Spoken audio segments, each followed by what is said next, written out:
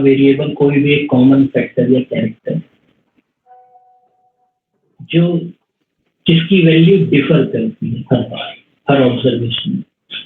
जैसे आप मार्क्स का डेटा कलेक्ट करोगे तो डिफर करेगा, एज का डेटा डिफर करेगा, तो सब वेरिएबल है। डिस्क्रीट या कंटिन्यूस हो सकता है। डिस्क्रीट कंटिन्यूस में क्या अंतर है मतलब। अब हम बात करेंगे स्टैटिस्टिकल सीरीज। बहुत जरूरी है, आसान कॉन्सेप्ट है स्टैटिस्टिकल सीरीज, पर आगे बढ़ने के लिए मस्ट है, मतलब आपको ये मालूम ही होना चाहिए स्टैटिस्टिकल सीरीज कितने प्रकार की होती है, उसकी पूरी बेसिक नॉलेज होनी चाहिए। तभी आप ग्राफिकल प्रेजेंटेशन भी समझ पाओगे और उसके आगे के स्टैटिस्टिकल मेथड भी तभी समझ पाओगे। स्टैटिस्टिकल सीरीज की हर जगह जरूरत पड़ती है। बेसिक नॉलेज तो आपको होगी ही, उसी को थोड़ा सा और इम्प्रूव करनी, ठीक है।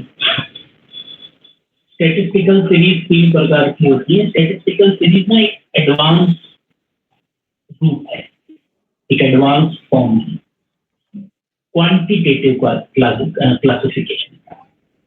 क्लासिफिकेशन में जो क्वांटिटेटिव क्लासिफिकेशन होता है ना, क्वांटिटेटिव क्लासिफिकेशन कैसे डेटा का होता है, जिसको मेजर किया जा सकता है, जिसको काउंट किया जा सकता है, उसी को सीरीज में कैसे कन्वर्ट करते हैं वो हम सीखने जा रहे हैं।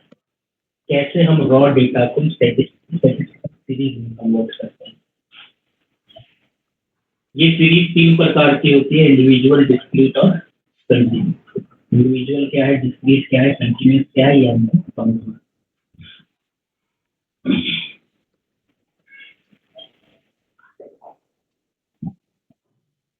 पूरा कॉन्सेप्ट मोस्ट इम्पोर्टेंट है। आगे के लिए भी यहाँ पे सवाल भी पूछे जा सकते हैं, और जाहिर सी बात है जब ये टॉपिक खत्म होगा तो मैं इसके एमसीक्यूज भी पूछूंगा आपसे। तो आपको और आइडिया लगेगा कि इस टॉपिक से कैसे कैसे सवाल आते हैं। आवाज गूंज रही है, आवाज गूंज रही है।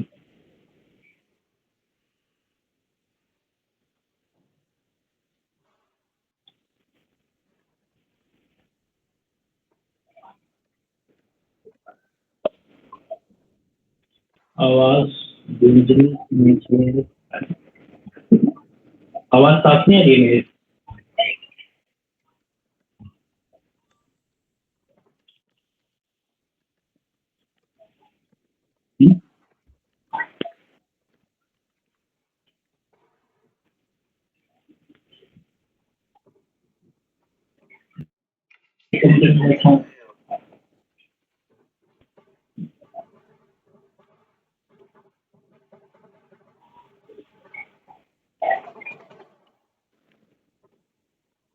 कमरा खाली तो नहीं है यार, कमरा किताबों से भरा है।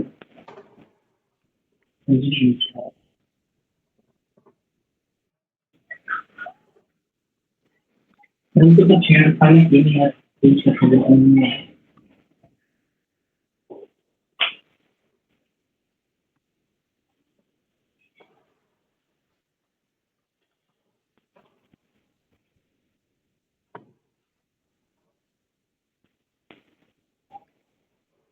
मैं थोड़ा इतना टेक्निकल भी नहीं।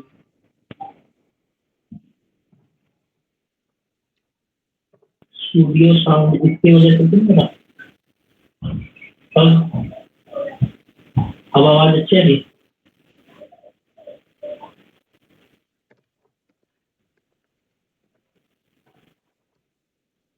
आवाज ठीक है अभी।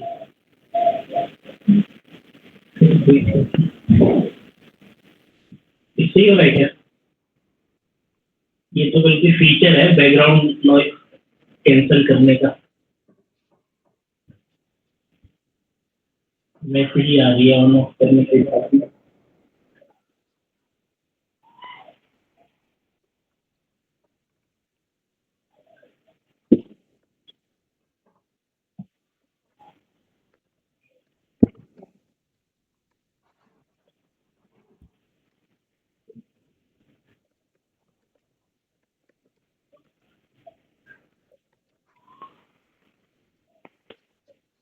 एक बार दोबारा रीस्टार्ट करता हूँ।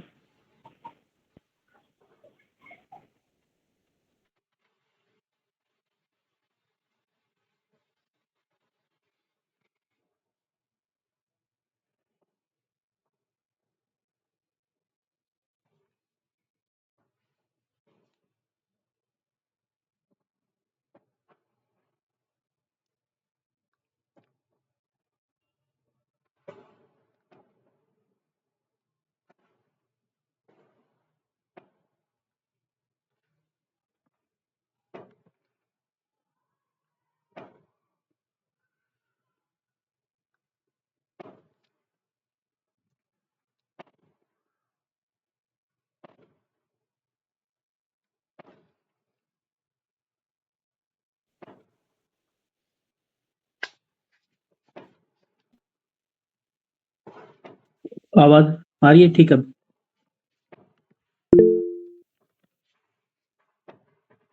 अब ठीक है। तो स्टैटिस्टिकल सीरीज 3 प्रकार की होती है, इंडिविजुअल सीरीज, डिस्क्रीट सीरीज और कंटिन्यूअस सीरीज। एक एक करके हमको तीनों सीरीज के बारे में बेसिक नॉलेज लेनी है। जितने भी पॉइंट्स जरूरी हैं यहाँ पर समझने इस टॉपिक के लिए भी और इससे रिलेटेड आने वाले टॉपिक के लिए भी, उसको हम कवर करके चलेंगे। सबसे पहले बात करते हैं इंडिविजुअल सीरीज। पहले तो जब हमारे पास डेटा, इंडिविजुअल सीरीज का मतलब क्या होता है कि जब आप हर यूनिट को इंडिविजुअली प्रेजेंट करो, मतलब उसको इंडिविजुअली उनकी वैल्यूज को दिखाओ। जैसे मान लो कि आपने 10 स्टूडेंट के मार्क्स का डेटा ले रखा है, तो आप हर स्टूडेंट के मार्क्स को अलग अलग दिखा रहे हो, ठीक है ना। तो इसका मतलब ये हुआ कि आपने हर एक इंडिविजुअल यूनिट की वैल्यूज को लिस्ट किया है। ऐसी सीरीज को इंडिविजुअल सीरीज कहते हैं। इंडिविजुअल सीरीज क्या है? जहां पर केवल फिक्स्ड वैल्यूज दिखाई जाती हैं इंडिविजुअली, ठीक है। फिक्स्ड वैल्यूज का क्या मतलब होता है कि वो डेफिनेट है। जैसे अगर मैं आपसे कहूं कि एक बच्चे के 5 नंबर आए, तो फिक्स्ड है ना। इसका मतलब मेरा यहाँ पर कोई ऐसा मतलब नहीं है कि मैं ये बोल रहा हूँ कि यार बच्चे के 0 से लेके 5 के बीच में नंबर आए। अगर मैं बोलूं 0 से लेके 5 के बीच में, तो फिक्स्ड नहीं है वैल्यू। अब मुझे एग्जैक्ट नहीं पता कि इस बच्चे के कितने मार्क्स आए, 1 आए, 2 आए, 3 आए, 4 आए, 5 आए। तो यहां पर मैं बोल रहा हूं कि इसके 5 नंबर आए, तो ये एक फिक्स्ड वैल्यू हो गई, ठीक है।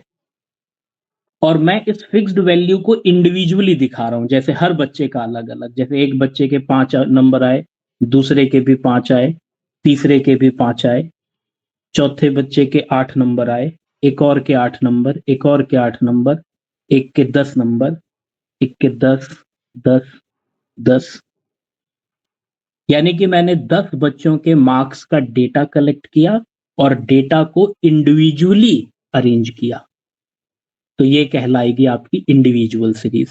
जब आप डेटा को इंडिविजुअली अरेंज करते हो, तो आपको हर यूनिट की फिक्स्ड वैल्यू मालूम होनी जरूरी है, अदरवाइज वो इंडिविजुअली अरेंज नहीं किया जा सकता। जैसे अगर मान लो मुझे 10 बच्चों के मार्क्स का डेटा कलेक्ट करना है, तो मुझे 10 बच्चों का मार्क्स एकदम एग्जैक्ट पता होना चाहिए कि पहले के कितने, दूसरे के कितने। अगर मैं बोलूं कि यार मेरे को दूसरे बच्चे का ना एग्जैक्ट मार्क्स, फिक्स्ड वैल्यू नहीं पता, हाँ इतना मालूम है कि इसके ना 5 से 10 के बीच में आए हैं, तो आपको इसके मार्क्स फिक्स्ड नहीं पता, आपको बस इतना पता है कि इसके 5 से 10 के बीच में नंबर आए हैं। तो इसका मतलब फिर ये कौन सी, ये फिर तो ये कंटिन्यूअस हो गया, कंटिन्यूअस वेरिएबल हो गया। तो ऐसी सीरीज को कंटिन्यूअस सीरीज बोलेंगे फिर, जहां पर वैल्यूज फिक्स्ड नहीं होती है। तो इंडिविजुअल सीरीज में फिक्स्ड वैल्यूज को, हर यूनिट के फिक्स्ड वैल्यूज को इंडिविजुअली प्रेजेंट किया जाता है। जैसे यहां पर मैंने 10 बच्चों के मार्क्स को इंडिविजुअली प्रेजेंट किया, ये एक इंडिविजुअल सीरीज है, ठीक है। अच्छा, ये प्रेजेंटेशन केवल, जैसे आप एक स्टूडेंट के जो मार्क्स आप दिखा रहे हो स्टैटिस्टिकल सीरीज में, इंडिविजुअल सीरीज में प्रेजेंट करके, ये केवल और केवल तभी यूजफुल है जब आपके पास जो डेटा है वो कंपैरेटिवली कम हो। पहले तो मेरे पास बहुत ज़्यादा डेटा नहीं होना चाहिए, और जितना भी डेटा है उसमें हर यूनिट की फिक्स्ड वैल्यू मेरे को पता होनी चाहिए। तो हर एक यूनिट की फिक्स्ड वैल्यू मालूम हो और डेटा बहुत ज़्यादा ना हो, क्योंकि जब डेटा बहुत ज़्यादा होता है तो इंडिविजुअल सीरीज़ बहुत कॉम्प्लेक्स हो जाती है। एग्ज़ाम्पल के लिए, ये 10 बच्चों का डेटा मैंने अरेंज किया तो आपको ये प्रेज़ेंटेशन अच्छी लग रही है। मान लो अगर ये 100 बच्चे होते तो मैं क्या यहाँ पे 100 सीरियल नंबर डालता? और अगर ये 1000 बच्चे होते तो क्या मैं 1000 सीरियल नंबर डालता? क्या ये एक अच्छा तरीका है रॉ डेटा को अरेंज करने का, कि भाई आपने पूरा पूरा रॉ डेटा सीरियली अरेंज कर दिया 1 से लेके 1000 तक? तो वो प्रेजेंटेशन ना उतनी अट्रैक्टिव नहीं लगेगी, उतना यूजफुल नहीं रहेगा। यानी कि जब मेरे पास डेटा कंपैरेटिवली बहुत ज़्यादा हो जाता है तो मैं उसको दूसरी सीरीज़ में कन्वर्ट करने का प्रयास करता हूँ, डिस्क्रीट या कंटीन्यूअस में। इंडिविजुअल सीरीज़ केवल तब तक ठीक है जब तक हर यूनिट की फिक्स्ड वैल्यू पता हो और आपके पास जो ओवरऑल डेटा है कंपैरेटिवली लेस हो, कम हो। क्योंकि जब डेटा बहुत ज़्यादा होता है तो ये प्रेजेंटेशन बहुत कॉम्प्लेक्स हो जाती है, ठीक है ना? यूज़फुल नहीं रहती। तो जब डेटा बहुत ज़्यादा हो जाता है, तो हम क्या करते हैं, हम देखते हैं कि यार मान लो आपके पास बहुत ज़्यादा डेटा है और आप देखते हो यार इतना ज़्यादा डेटा अगर मैं इंडिविजुअली अरेंज करूँगा, तो वो तो बहुत लंबी सीरीज़ दिखाई देगी। मतलब ऐसी सीरीज़ की जिसमें अगर 1000 डेटा है तो 1 से लेके 1000 तक मैं सीरियल नंबर डाल रहा हूँ और हर एक डेटा लिख रहा हूँ, ये कैसा प्रेज़ेंटेशन है? अगर डेटा इतना ज़्यादा है आपके पास तो आप देखो कि उस डेटा में कोई वैल्यूज़ रिपीट तो नहीं हो रही हैं। अगर रिपीट हो रही है तो उसको इंडिविजुअली प्रेजेंट करने की कोई ज़रूरत नहीं। जैसे कि मेरे इस ऊपर वाले एग्ज़ाम्पल में मैंने देखा कि 5 3 बार रिपीट हो रहा था, 8 भी 3 बार रिपीट हो रहा था, 10 4 बार रिपीट हो रहा था, ठीक है? अगर आपकी वैल्यूज़, अगर आपका जो भी सेट ऑफ डेटा है, उसमें कुछ वैल्यूज़ रिपीट हो रही हैं, तो उसको बार-बार इंडिविजुअली दिखाने से अच्छा आप ऐसे भी तो दिखा सकते हो कि यार 5 मार्क्स लाने वाले 3 बच्चे हैं, 5 मार्क्स लाने वाले 3 बच्चे हैं, यानी 5 एक ऐसी वैल्यू है जिसका 3 बार रिपीटेशन हो रहा है। तो मैं 5, 5, 5 3 बार 5 लिखूँ, तो ये इंडिविजुअल प्रेज़ेंटेशन हो गया। हर यूनिट की वैल्यू को अलग-अलग दिखा रहा हूँ। और अगर मैं लिखूँ कि 5 एक ऐसी वैल्यू है जो 3 बार रिपीट हुई है, तो ये किस तरह का प्रेज़ेंटेशन है? फिर ये डिस्क्रीट सीरीज़ कहलाती है। डिस्क्रीट सीरीज क्या होती है? डिस्क्रीट सीरीज जिसमें फिक्स्ड फिक्स्ड वैल्यूज को और उन फिक्स्ड वैल्यूज की रिपीटेशन को फ्रीक्वेंसी भी बोलते हैं। तो फिक्स्ड वैल्यूज और उनकी फ्रीक्वेंसीज को, उनकी रिपीटेशंस को दिखाया जाता है। जैसे मैं इस सीरीज को ऐसे भी तो दिखा सकता हूँ ना, और छोटा हो जाएगा और कॉम्पैक्ट हो जाएगा, मेरा जो अरेंजमेंट है वो और अफेक्टिव लगेगा। भाई सबसे बढ़िया क्या होता है, कम से कम आ, आपका जो प्रेजेंटेशन में ज्यादा से ज्यादा आप डेटा को एक्सप्रेस कर रहे हैं। जैसे अगर मैं यहाँ पर लिखूं मार्क्स और यहाँ पर लिखूं स्टूडेंट्स, तो मैं बोलूंगा 5 नंबर लाने वाले 3 बच्चे हैं, 8 नंबर लाने वाले 3 बच्चे हैं, 10 नंबर लाने वाले 4 बच्चे हैं, टोटल 10 बच्चे हैं। तो अभी भी तो मैं 10 बच्चों का ही डेटा दिखा रहा हूँ और गलत कुछ भी नहीं है। भाई 5 5 5 अलग अलग दिखाओगे तो ये इंडिविजुअल प्रेजेंटेशन हो गई, ये इंडिविजुअल सीरीज हो गई। और मैं कह रहा हूं अगर 5 नंबर लाने वाले 3 बच्चे हैं तो उनको अलग अलग क्यों दिखाना? ये दिखा दो कि 5 एक ऐसी वैल्यू है जिसका रिपीटेशन 3 बार हुआ, 8 एक ऐसी वैल्यू है जिसका रिपीटेशन 3 बार हुआ, 10 एक ऐसी वैल्यू है जिसका रिपीटेशन 4 बार हुआ। यानी 10 नंबर लाने वाले 4 बच्चे हैं, 8 नंबर लाने वाले 3 बच्चे हैं, 5 नंबर लाने वाले भी 3 बच्चे हैं, टोटल 10 बच्चे। फर्क कुछ नहीं पड़ेगा टोटल में।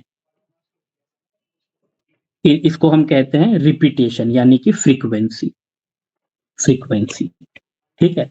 अब जैसे आप बोलोगे कि कुल मार्क्स इन 10 बच्चों के कितने आए, तो अगर मैं इनके कुल मार्क्स कैलकुलेट करूं तो 15 प्लस 24 प्लस 40, इनके कुल मार्क्स हैं 79। और मैं देखूं कि 5 नंबर लाने वाले 3 बच्चे हैं, यानी 5 नंबर लाने वाले 3 बच्चे हैं, यानी इन तीनों बच्चों के कुल कितने नंबर आए, 15। यानी अगर मैं इन दोनों को मल्टीप्लाई कर दूं तो तीनों बच्चों के टोटल मार्क्स आ जाएंगे। 8 नंबर लाने वाले 3 बच्चे हैं, यानी तीनों के कितने आए, टोटल 24। 10 नंबर लाने वाले 40 बच्चे हैं, यानी टोटल अभी भी 79 है। यानी कि अरेंजमेंट का तरीका बदल गया है। जब आप रॉ डेटा को इंडिविजुअली प्रेजेंट करोगे तो वो इंडिविजुअल सीरीज है, और जब आपको लगेगा कि डेटा मेरे पास बहुत ज्यादा है, इसका इंडिविजुअल प्रेजेंटेशन उतना अफेक्टिव नहीं होगा, उतना अपीलिंग नहीं होगा, तो आप देखते हो अपने डेटा में कि कुछ वैल्यूज ऐसी तो नहीं है जो रिपीट हो रही हो। अगर कोई वैल्यू रिपीट हो रही है तो उसको इंडिविजुअली दिखाने की क्या जरूरत है, हम इस तरह से वैल्यू और उसके रिपीटेशन को दिखा सकते हैं। अगर आप इस तरह की अरेंजमेंट करते हो तो इस सीरीज को हम डिस्क्रीट सीरीज बोलते हैं। तो डिस्क्रीट सीरीज की भी क्या पहचान है कि डिस्क्रीट सीरीज में भी वैल्यूज फिक्स ही होती हैं, बस उन वैल्यूज को उनकी रिपीटेशंस के साथ दिखाया जाता है। जब आप फिक्स्ड वैल्यूज को इंडिविजुअली दिखाओ तो इंडिविजुअल सीरीज, जब आप फिक्स्ड वैल्यूज को उनकी रिपीटेशंस के साथ दिखाओ यानी फ्रीक्वेंसीज के साथ दिखाओ तो डिस्क्रीट सीरीज, और जब वैल्यू फिक्स्ड ही ना हो तो कंटिन्यूअस सीरीज। तो डिस्क्रीट सीरीज क्या है,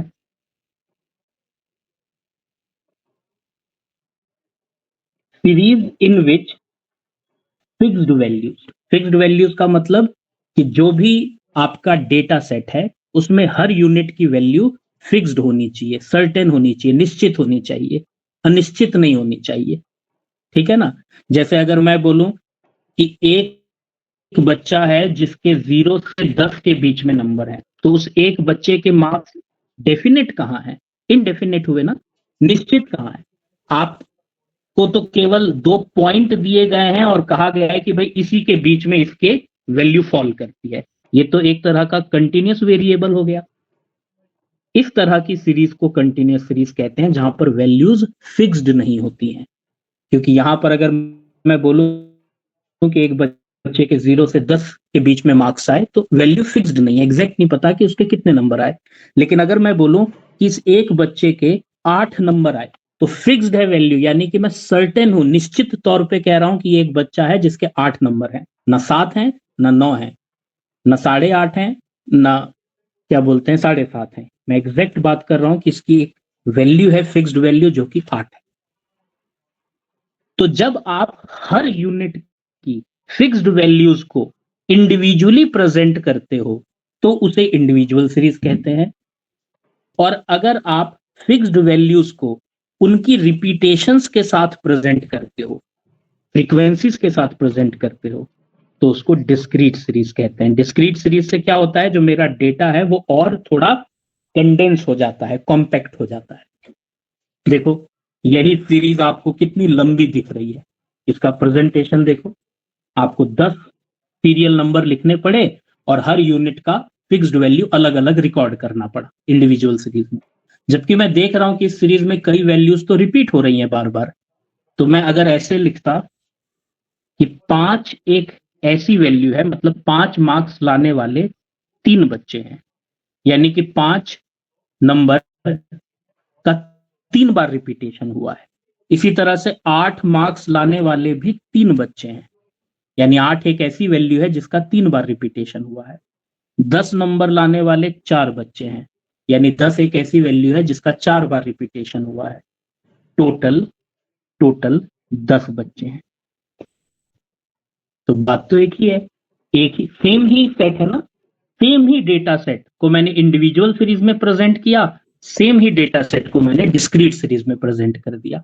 इससे क्या हो गया कि वही डेटा सेट जो अभी आपको इतना बड़ा दिख रहा था, इतना बड़ा दिख रहा था, मैंने उसको केवल 3 लाइन में समेट दिया, जो इसका का प्रेजेंटेशन है कितना इफेक्टिव हो गया, वही 10 बच्चों का डेटा अब मेरे को कितना कॉम्पैक्ट साइज में नजर आ रहा है।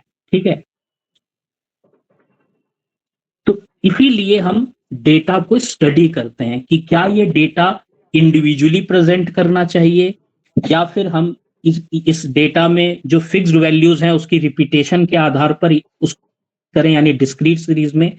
और जब आपका डेटा बहुत ज्यादा हो या फिर आपको वैल्यूज सर्टेन ना हो, फिक्स्ड ना हो, तो फिर आप कंटिन्यूस सीरीज का इस्तेमाल करते हैं। तो ये कौन सी सीरीज हो गई? ये डिस्क्रीट सीरीज हो गई। एक मिनट है।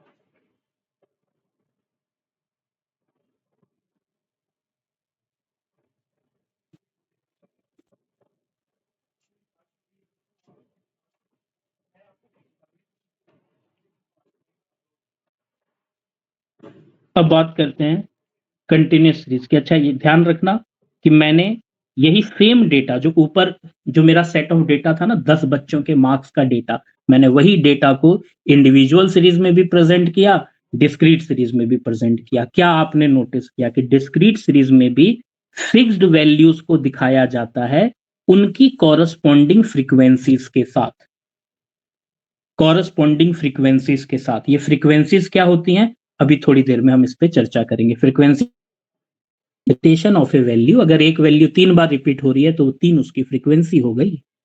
अगर कोई वैल्यू 4 बार रिपीट हो रही है तो 4 उसकी फ्रीक्वेंसी हो गई। अब number of times a value is repeated, वही उसकी फ्रीक्वेंसी मानी जाती है। अब बात करते हैं कंटिन्यूस सीरीज की। कंटिन्यूस सीरीज में कंटिन्यूस वैल्यूज दिखाई जाती हैं, कंटिन्यूस वेरिएबल्स दिखाए जाते हैं, जो हमने कल भी पढ़े थे।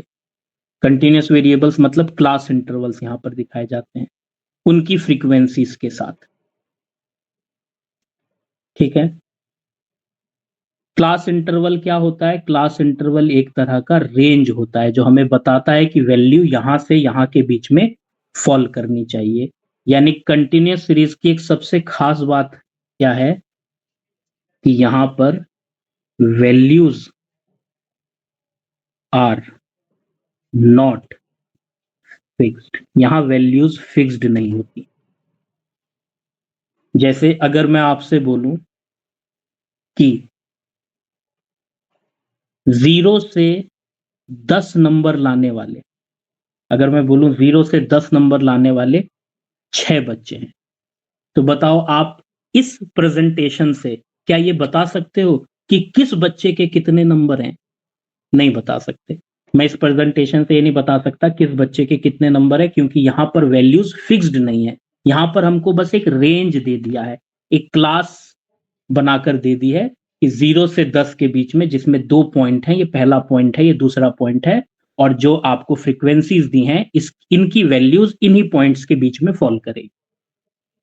ठीक है ना? जैसे हमने कल कंटिन्यूस वेरिएबल के बारे में बात करी थी कि भाई कंटिन्यूस वेरिएबल में क्या होता है कि उसमें 2 पॉइंट्स के बीच में कई सारी इंटरमीडिएट वैल्यूज होती हैं जो कि इनडेफिनेट होती हैं, हमको मालूम नहीं है कि एग्जैक्ट वैल्यू क्या है। इसी तरह से मैं कहूं कि 10 से लेके 20 नंबर तक लाने वाले 4 बच्चे हैं, तो आपको पता है कि 4 बच्चों के एग्जैक्ट मार्क्स कितने हैं? किसके 10 हैं, किसके 11 हैं, किसके 12 हैं, किसके 18 हैं? हमें नहीं पता, हमें ये एग्जैक्टली नहीं पता। ठीक है, जैसे लेकिन अगर मैं इसको खोलूं तो मैं यहां पर देखो, अगर मैं इंडिविजुअली दिखाऊं तो मुझे पता है कि हाँ, एक बच्चा है जिसके 5 नंबर हैं, एक और बच्चा है जिसके 5 हैं, एक और 5, एक के 8, एक के 8, एक के 8, यानी कि 0 से लेके 10 नंबर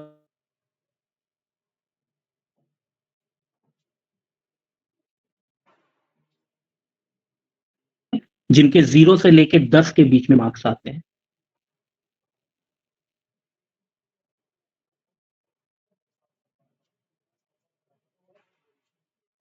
बोलूंगा 10 से 20 के बीच में मार्क्स लाने वाले केवल 4 बच्चे हैं। यानी कि जब आप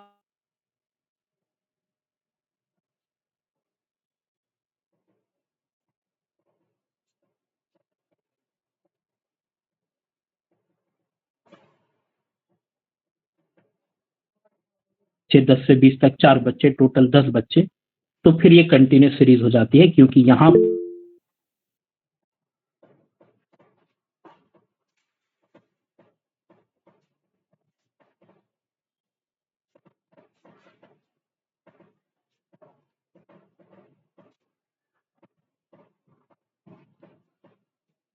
6 बच्चों के कितने मार्क्स हैं एग्जैक्ट, वो तो तभी पता चलेगा जब आप उसको इंडिविजुअली खोलोगे। तो ये एक वे ऑफ प्रेजेंटेशन है जब डेटा बहुत इमेंस होता है, बहुत ज्यादा होता है। कनेक्शन लॉस्ट, आवाज आ रही है मेरी?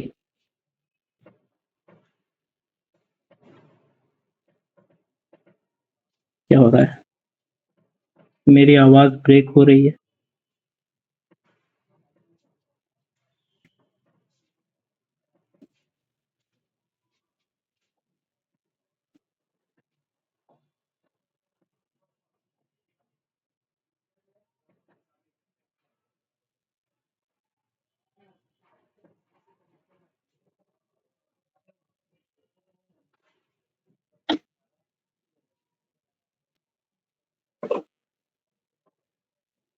आवाज आ रही है? थोड़ी बहुत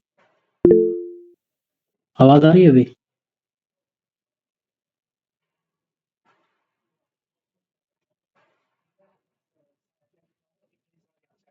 तो ये आपका कंटिन्यूस सीरीज हो गई, मतलब वही सेम डेटा को आप थोड़ा सा और कॉम्पैक्ट करने के लिए कंटिन्यूस सीरीज में भी अरेंज कर सकते हो। मतलब ये एक तरीका है रॉ डेटा को अरेंज करने का। जब डेटा कॉम्पैक्ट होता है, कम होता है, तो आप उसको इंडिविजुअली प्रेजेंट कर सकते हो, उसके लिए वैल्यूज फिक्स्ड होनी चाहिए। जब डेटा थोड़ा ज्यादा है तो आप वैल्यूज और उनकी रिपीटेशंस के आधार पर सीरीज बना सकते हो, जैसे कि डिस्क्रीट सीरीज। और जब डेटा बहुत ज्यादा होता है तो फिर हम कंटिन्यूस सीरीज का इस्तेमाल करते हैं, क्योंकि हम हर इंडिविजुअल यूनिट की वैल्यूज को प्रेजेंट नहीं कर सकते। जैसे एक एग्जांपल के लिए, अगर मैं बोलूं कि एक कॉलेज में एंट्रेंस टेस्ट होता है, एंट्रेंस टेस्ट होता है 100 नंबर का, ठीक है, और उस टेस्ट को 5000 बच्चे अटेम्प्ट करते हैं।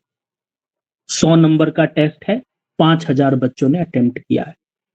हर एक बच्चे के कुछ ना कुछ मार्क्स आए होंगे, किसी के 5 आए होंगे, किसी के 16 आए होंगे, किसी के 50 से ज्यादा आए होंगे, किसी के 60 में आए होंगे, किसी के 70, 80, 90। 5000 बच्चे हैं, कितनी उसमें वैरायटी आपको देखने को मिलेगी। ये मार्क्स एक तरह का वेरिएबल है, क्योंकि मार्क्स एक कॉमन कैरेक्टर है जिसके आधार पर मैं हर एक 5000 बच्चों की ग्रुपिंग कर रहा हूं। मैं 5000 बच्चों की ग्रुपिंग किस आधार पर कर रहा हूं? मार्क्स के आधार पर। तो मार्क्स कॉमन कैरेक्टर हो गया, कैरेक्टरिस्टिक हो गया, जो कि हर बच्चे का अलग अलग है, जो कि चेंज हो रहा है, वेरी कर रहा है, तो इसलिए मार्क्स वेरिएबल हो गया। अब मैंने देखा कि 5000 बच्चे, अगर मैं 5000 बच्चों का डेटा कलेक्ट करके उसको इंडिविजुअली प्रेजेंट करूंगा, तो क्या वो प्रेजेंटेशन इफेक्टिव होगी? 5000 बच्चों का डेटा इंडिविजुअली, 1 से लेके 5000 तक सीरियल नंबर लिखोगे, फिर उनके सारे मार्क्स रिकॉर्ड करोगे, क्या ऐसी प्रेजेंटेशन? प्रेजेंटेशन क्या होती है भाई? जो आपके काम को आसान बनाए। आप इस तरह से डेटा अरेंज करो कि आपका आगे का काम आसान हो। आपने तो पूरा का पूरा रॉ डेटा इंडिविजुअली अरेंज कर दिया, तो इससे काम आसान कहां हो रहा है? मेरे पास तो बहुत लंबी लिस्ट दिख रही है डेटा की, मुझे तो उसे समझने में ही कितना टाइम लग जाएगा। तो आप अपने काम को आसान बनाने के लिए क्या करोगे? उसको थोड़ा सा कंडेंस करने का प्रयास करोगे, कॉम्पैक्ट करने का प्रयास करोगे, इस तरह से उसको अरेंज करोगे कि वो 5000 का डेटा मुझे थोड़ा छोटा नजर आए, ताकि मैं उसको देखकर आसानी से समझ सकूं और उस पर कोई स्टैटिस्टिकल मेथड लगाकर कोई एनालिसिस कर सकूं। जैसे मुझे एनालिसिस करना है कि यार इस टेस्ट में एवरेज मार्क्स कितने ला रहे हैं बच्चे, एवरेज मार्क्स कितने ला रहे हैं। अब 5000 बच्चों का डेटा है। मैंने कहा ऐसे इंडिविजुअली अरेंज करने में तो बहुत दिक्कत हो जाएगी, तो एक काम करते हैं, हम फिक्स्ड वैल्यूज को इग्नोर कर देते हैं। हम इस बात को इग्नोर कर देते हैं कि किस बच्चे के कितने एग्जैक्ट मार्क्स आए। हम प्रेजेंटेशन इस तरह से करते हैं, 0 से 10, 10 से 20, 20 से 30, 30 से 40, 40 से 50, 50 से 60, 60 से 70, 70 से 80, 80 से 90 और 90 से 100। ये मेरा पूरा जो सेट ऑफ डेटा है वो इन 10 क्लास इंटरवल्स में एग्जॉस्ट हो जाएगा, समा जाएगा। अब मैंने देखा कि यार 0 से 10 नंबर लाने वाले कितने बच्चे, तो हमने काउंट किया, भाई हमारे पास डेटा है, तो हमने देखा 0 से 10 नंबर लाने वाले 5000 में से 800 बच्चे हैं। ठीक है, 10 से 20 नंबर लाने वाले 400 बच्चे हैं, 20 से 30 नंबर लाने वाले मान लिया कि 600 बच्चे हैं। इसी तरह से करते करते करते करते हमने टोटल 5000 बच्चों का डेटा अरेंज कर दिया। सोचो अगर ये 5000 बच्चों का डेटा आप इंडिविजुअली अरेंज करते तो प्रेजेंटेशन कैसी होती, और अब प्रेजेंटेशन कैसी है। आपने इतनी सी जगह में 5000 बच्चों का डेटा अरेंज कर दिया। हालांकि इस वाले अरेंजमेंट में एक दिक्कत है, आपको इन 800 बच्चों के एग्जैक्ट मार्क्स नहीं पता, आपको यहां पर फिक्स्ड वैल्यूज नहीं पता। इस प्रेजेंटेशन में मुझे फिक्स्ड वैल्यूज नजर थोड़ी आ रही है। जो भी इस प्रेजेंटेशन को देखेगा उसे ये थोड़ी पता चलेगा कि इन 800 बच्चों में से किसके 4 नंबर थे, किसके 5 नंबर थे, किसके 8 नंबर थे, किसके 9 नंबर थे, किसके 0 नंबर थे। उसे तो बस यही दिखेगा कि इन 800 बच्चों के 0 से 10 के बीच में मार्क्स हैं, इन 400 बच्चों के 10 से 20 के बीच में मार्क्स हैं। यहां पर आपने फिक्स्ड वैल्यूज के आधार पर डेटा को अरेंज नहीं किया, आपने एक क्लास बना लिया, आपने एक क्लास इंटरवल बना लिया। आपने कहा कि हम 2 पॉइंट चुनेंगे, उन 2 पॉइंट के बीच में जितनी भी इंटरमीडिएट वैल्यूज होंगी हम उनको इंडिविजुअली नहीं दिखाएंगे। जैसे मैंने 2 पॉइंट चुना 0 से 10, अब 0 से 10 के बीच में कितनी इंटरमीडिएट वैल्यूज होंगी हम उस पर फोकस नहीं करेंगे, ठीक है ना। हम 0 से 10 के बीच में जो भी फॉल करता है उसको हम फ्रीक्वेंसी बता देंगे कि हाँ भाई इस रेंज में इतने बच्चे आते, इस रेंज में मार्क्स लाने वाले इतने बच्चे हैं। इससे क्या होगा कि मेरा जो बहुत बड़ा डेटा सेट है वो कॉम्पैक्ट हो जाएगा। वो जरा से प्रेजेंटेशन में आप 5000 बच्चों का डेटा आपने समायोजित कर लिया। तो हम कौन सी सीरीज में रॉ डेटा को कन्वर्ट करेंगे ये कई चीजों पर निर्भर करता है। क्या आपको जो वैल्यूज पता है वो फिक्स्ड हैं? अगर वो फिक्स्ड नहीं है फिर तो आप कंटिन्यूअस सीरीज में ही उसको कन्वर्ट करोगे। अगर वो वैल्यूज फिक्स्ड हैं तो क्या वहां पर डेटा सेट बहुत बड़ा तो नहीं है, क्योंकि बहुत बड़ा है तो वो फिक्स्ड वैल्यूज इंडिविजुअली दिखाना उतना इफेक्टिव नहीं रहेगा। जैसे यहां पर मुझे 5000 बच्चों के मार्क्स पता तो है, लेकिन 5000 बच्चों का डेटा मैं इंडिविजुअली दिखाऊंगा तो वो प्रेजेंटेशन अच्छी नहीं लगेगी। तो जब आपका डेटा सेट बहुत छोटा होता है और हर एक यूनिट की फिक्स्ड वैल्यूज आपको पता होती है तब इंडिविजुअल सीरीज ठीक है। जब डेटा सेट कंपैरेटिवली लार्ज हो और उस डेटा सेट में कई सारी वैल्यूज का रिपीटेशन हो रहा हो तो आप हर फिक्स्ड वैल्यूज को उसकी रिपीटेशन के साथ, फ्रीक्वेंसी के साथ, यानी कि डिस्क्रीट सीरीज में अरेंज कर सकते हो। और जब आपकी वैल्यूज फिक्स्ड ना हो या फिर डेटा सेट इतना बड़ा है कि उसको इंडिविजुअल या डिस्क्रीट सीरीज में अरेंज करना प्रभावी नहीं होगा, इफेक्टिव नहीं होगा, तो फिर हम उसको कंटिन्यूअस सीरीज में अरेंज करते हैं, कन्वर्ट करते हैं। तो हम अपने रॉ डेटा को इंडिविजुअल सीरीज में कन्वर्ट करेंगे, डिस्क्रीट में या कंटिन्यूअस में, ये कई बातों पर निर्भर करता है। खैर, हमारे को पहचान करने से ज्यादा मतलब है, क्योंकि जब हम आगे बढ़ेंगे तो हमको पहचान आना चाहिए कि जो सवाल हमको दिया गया है वो इंडिविजुअल सीरीज में अरेंज करके दिया है या डिस्क्रीट में या कंटिन्यूअस में। क्योंकि जब तक हमको सीरीज की पहचान नहीं होगी हम कोई भी स्टैटिस्टिकल मेथड प्रॉपरली अप्लाई नहीं कर पाएंगे। कोई भी स्टेटिस्टिकल मेथड हो, मीन, मीडियन, मोड हो, डिस्पर्जन हो, कोरिलेशन हो, कुछ भी हो, आपको स्टेटिस्टिकल मेथड को अप्लाई करने के लिए सीरीज की पहचान करनी आनी चाहिए कि ये इंडिविजुअल है, ये डिस्क्रीट है, ये कंटिन्यूस है। तो कंटिन्यूस सीरीज में क्या होता है, जैसे कि यही मार्क्स है,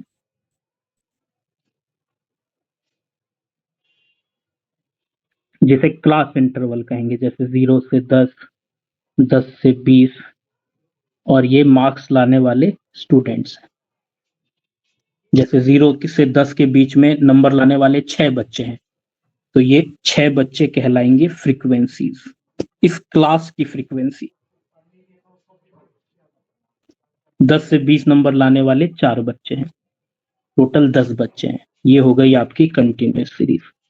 तो देखो इस एग्जाम्पल में मैंने 10 बच्चों के डेटा सेट को पहले इंडिविजुअली प्रेजेंट किया था, फिर मैंने उसी डेटा सेट को डिस्क्रीट सीरीज में प्रेजेंट किया, फिर मैंने उसी डेटा सेट को कंटिन्यूस सीरीज में प्रेजेंट किया। ठीक है ना, यानी आप सेम डेटा सेट को किसी भी सीरीज में कन्वर्ट कर सकते हैं। यहां पर तो 10 बच्चों का डेटा था, इसलिए वो तीनों सीरीज में आपको सही दिख रहा है। लेकिन अगर मैं बोलूंगा कि मेरे पास 10 नहीं 10,000 बच्चों का डेटा होता, तो मैं इंडिविजुअल सीरीज में तो उसको कभी अरेंज नहीं करता, और 10,000 बच्चों में भी न जाने कितनी सारी वैल्यूज रिपीट हो रही होंगी। अगर उसको डिस्क्रीट सीरीज में कन्वर्ट करने में भी वो सीरीज बहुत बड़ी नजर आ रही है, तो फिर आपके लिए सबसे बढ़िया साधन है कि उसको कंटिन्यूस सीरीज में कन्वर्ट करो। कंटिन्यूस सीरीज तब इफेक्टिव होती है जब डेटा हमारे पास बहुत ज्यादा होता है।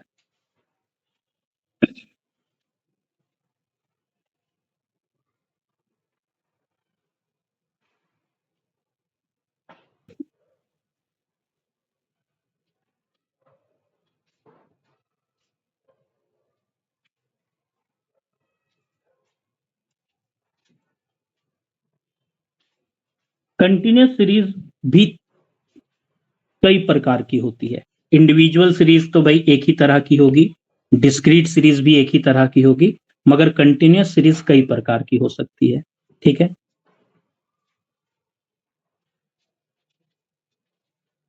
अच्छा इससे पहले कि मैं आगे बढ़ूं, मैं आपसे कुछ पूछूंगा, देखते हैं आप सही बताओगे या नहीं।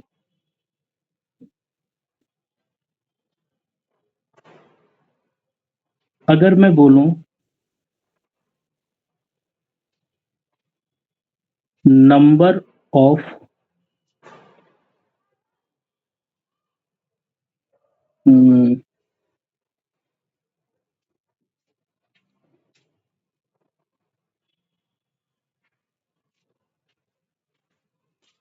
स्टूडेंट्स,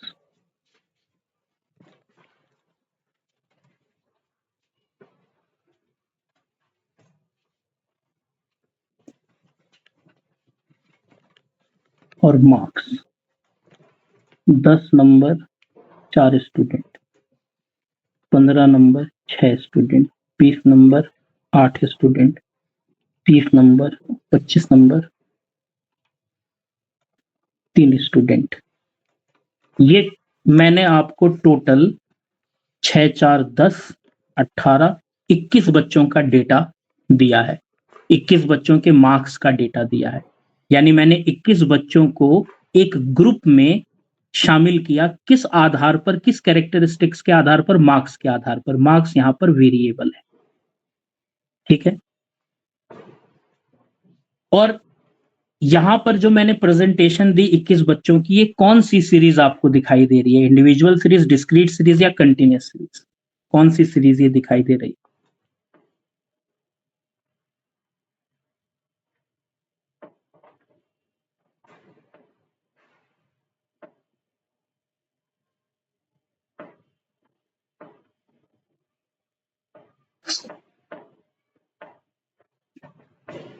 ये डिस्क्रीट सीरीज है।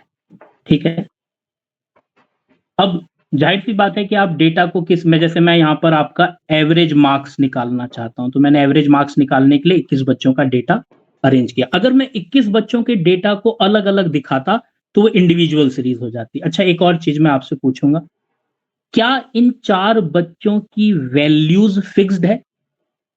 ये जो मैं बोल रहा हूं कि 10 नंबर लाने वाले 4 बच्चे हैं, क्या इन 4 बच्चों की वैल्यूज यानी मार्क्स फिक्स्ड है?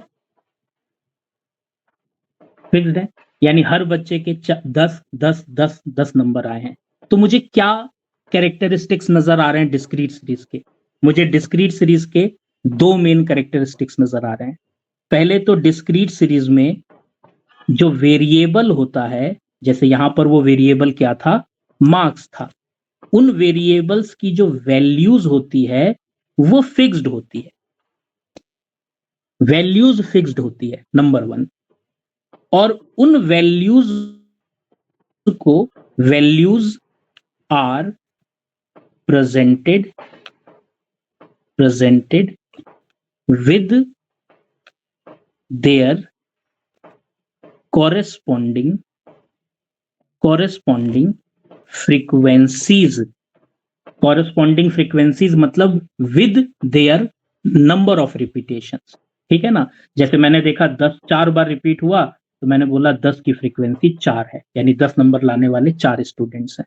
यानी डिस्क्रीट सीरीज वो है जिसमें फिक्स्ड वैल्यूज को दिखाया जाता है उनकी फ्रीक्वेंसीज के साथ, यानी जहां पर भी आपको वैल्यूज नजर आए और उनकी फ्रीक्वेंसीज दिखाई दें, समझ जाना कि वो एक डिस्क्रीट सीरीज है।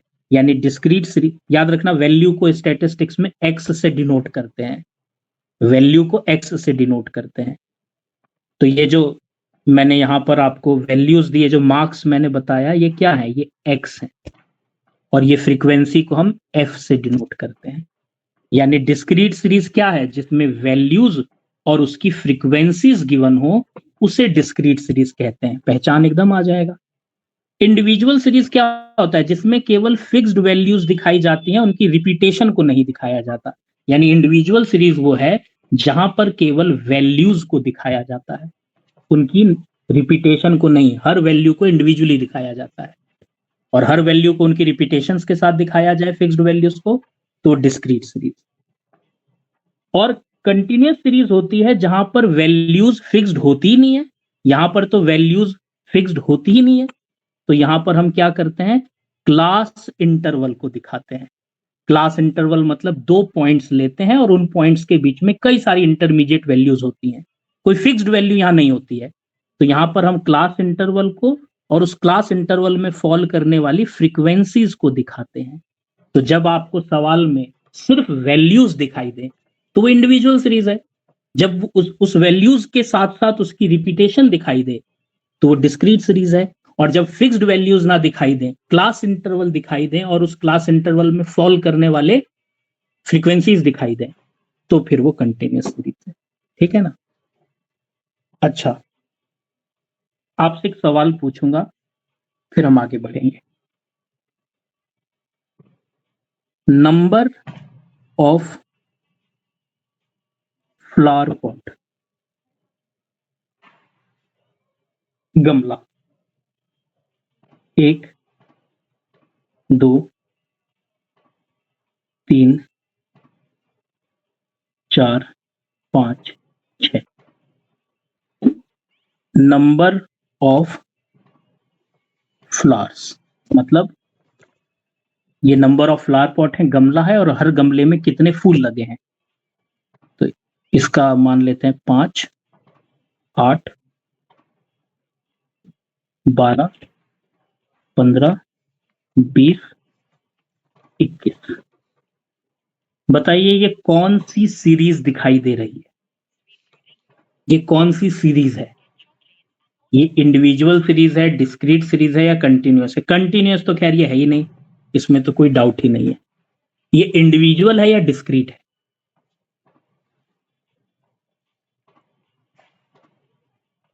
ये इंडिविजुअल है या डिस्क्रीट है?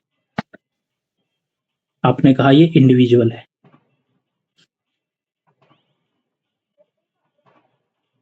अच्छा, अब बहुत ध्यान से सुनना। क्या ये 1 2 3 4 5, क्या ये सीरियल नंबर है? क्या ये सीरियल नंबर है? जो मैंने 1 2 3 4 5 लिखा, 1 2 3 4 5 6 लिखा है, क्या ये सीरियल नंबर है? सीरियल नंबर है। बोलो। ये सीरियल नंबर नहीं है, मैंने यहाँ कोई सीरियल नंबर नहीं लिखा है, ये नंबर ऑफ फ्लावर पॉट है। ये गमलों की मैं बात कर रहा हूं कि एक गमला ऐसा है मेरे पास जिसमें 5 फूल लगे हैं, ठीक है। 2 गमले ऐसे हैं मेरे पास जिनमें 8-8 फूल लगे हैं, ठीक है। 3 गमले ऐसे हैं जिसमें 12 फूल लगे, यानी कि 12-12, मतलब ये नंबर ऑफ फ्रीक्वेंसीज हैं, मतलब रिपीटेशन, ठीक है। जैसे आप इसको ऐसे ऐसे भी पढ़ सकते हो कि 5 फूल एक गमले में है, एक गमला ऐसा है जिसमें 5 फूल लगे हैं, 8-8 फूल मतलब 2 गमले ऐसे हैं जिसमें 8-8 फूल लगे हैं, 3 गमले ऐसे हैं जिसमें 12-12 फूल लगे हैं, 4 गमले ऐसे हैं जिसमें 15-15 फूल लगे हैं, 5 गमले ऐसे हैं जिसमें 20-20 फूल लगे हैं, 6 गमले ऐसे हैं जिसमें 21-21 फूल लगे हैं। खाली कंफ्यूज करने के लिए मैंने उसको 1 2 3 4 लिखा है, मगर मैं यहां पर आपको क्या बता रहा हूं कि एक फ्लावर पॉट है मेरे पास जिसमें मैं बता रहा हूं कि कितने फूल लगे हैं, ठीक है। जैसे मैं बोलूं ये है मेरे पास एक फ्लावर पॉट, ये है फ्लावर पॉट, ठीक है। मेरे पास कुछ फ्लावर पॉट है,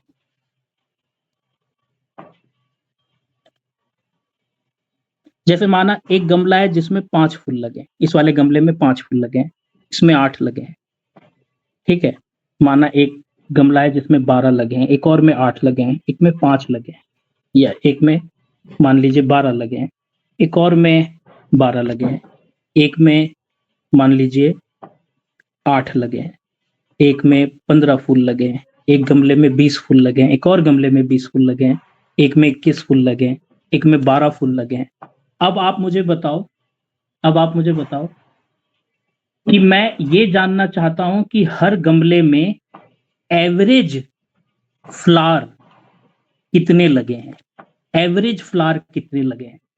तो यहां पर आपको 2 चीजें दिख रही हैं, एक तो गमला और गमले में लगे हुए फूल। मैं जानना चाहता हूं कि इन 1 2 3 4 5 6 7 8 9 10 11 12 गमलों में एवरेज फ्लावर्स कितने लगे हैं। याद रखना, जिसका एवरेज निकालना होता है, जिस वेरिएबल पर आपको स्टडी करना होता है, आप उसको एक्स कंसीडर करते हो। यानी यहां पर मेरे लिए वेरिएबल क्या है, वेरिएबल है मेरे लिए नंबर ऑफ फ्लावर्स, जिस पर आप स्टडी करना चाहते हो, रिसर्च करना चाहते हो। मैं ये रिसर्च करना चाहता हूं कि इन 12 गमलों में एवरेज फ्लावर्स कितने लगे हैं, एवरेज। तो मैं एवरेज निकालना चाहता हूं फ्लावर्स का। तो फ्लावर्स मैं देख रहा हूं कि यार एक गमले में 5 हैं, एक गमले में 8 हैं, एक गमले में 12 हैं, वेरी कर रहे हैं ना। तो यहां पर वेरिएबल मेरे लिए क्या है, फ्लावर्स है। सबसे पहले तो ये पकड़ना बहुत जरूरी है कि वेरिएबल मेरे लिए क्या है, क्या गमला मेरे लिए वेरिएबल है या गमले में लगे हुए फूल मेरे लिए वेरिएबल है। तो आप रिसर्च किस पे कर रहे हो, क्या आप गमलों पे रिसर्च कर रहे हो या फूलों पे रिसर्च कर रहे हो। मैं फूलों पे रिसर्च कर रहा हूं, तो फूल मेरे लिए वेरिएबल हो गया। अब मैंने देखा कि 5 और ये हो गया आपके नंबर ऑफ फ्लावर पॉट, ठीक है। मैंने देखा कि 5 फूल 5 फूल केवल एक ही गमले में लगे। फिर मैंने देखा 8 फूल, 1 2 3 गमलों में 8 फूल लगे। फिर मैंने देखा 12 फूल भी 3 गमलों में लगे हैं, 12 फूल भी 3 गमलों में लगे। फिर मैंने देखा 15 फूल एक ही गमले में लगा है। फिर मैंने देखा 20 फूल ऐसे 2 गमले मैंने देखे जिसमें 20 फूल लगे हैं। मैंने टोटल कितने हो गए ये, और भी था कुछ, और एक मैंने देखा 21 फूल, एक गमला ऐसा भी है जिसमें 21 फूल लगे हैं। 1 2 3 12 फूल 4 गमलों में लगे हैं भाई, 12 फूल 4 गमलों में लगे।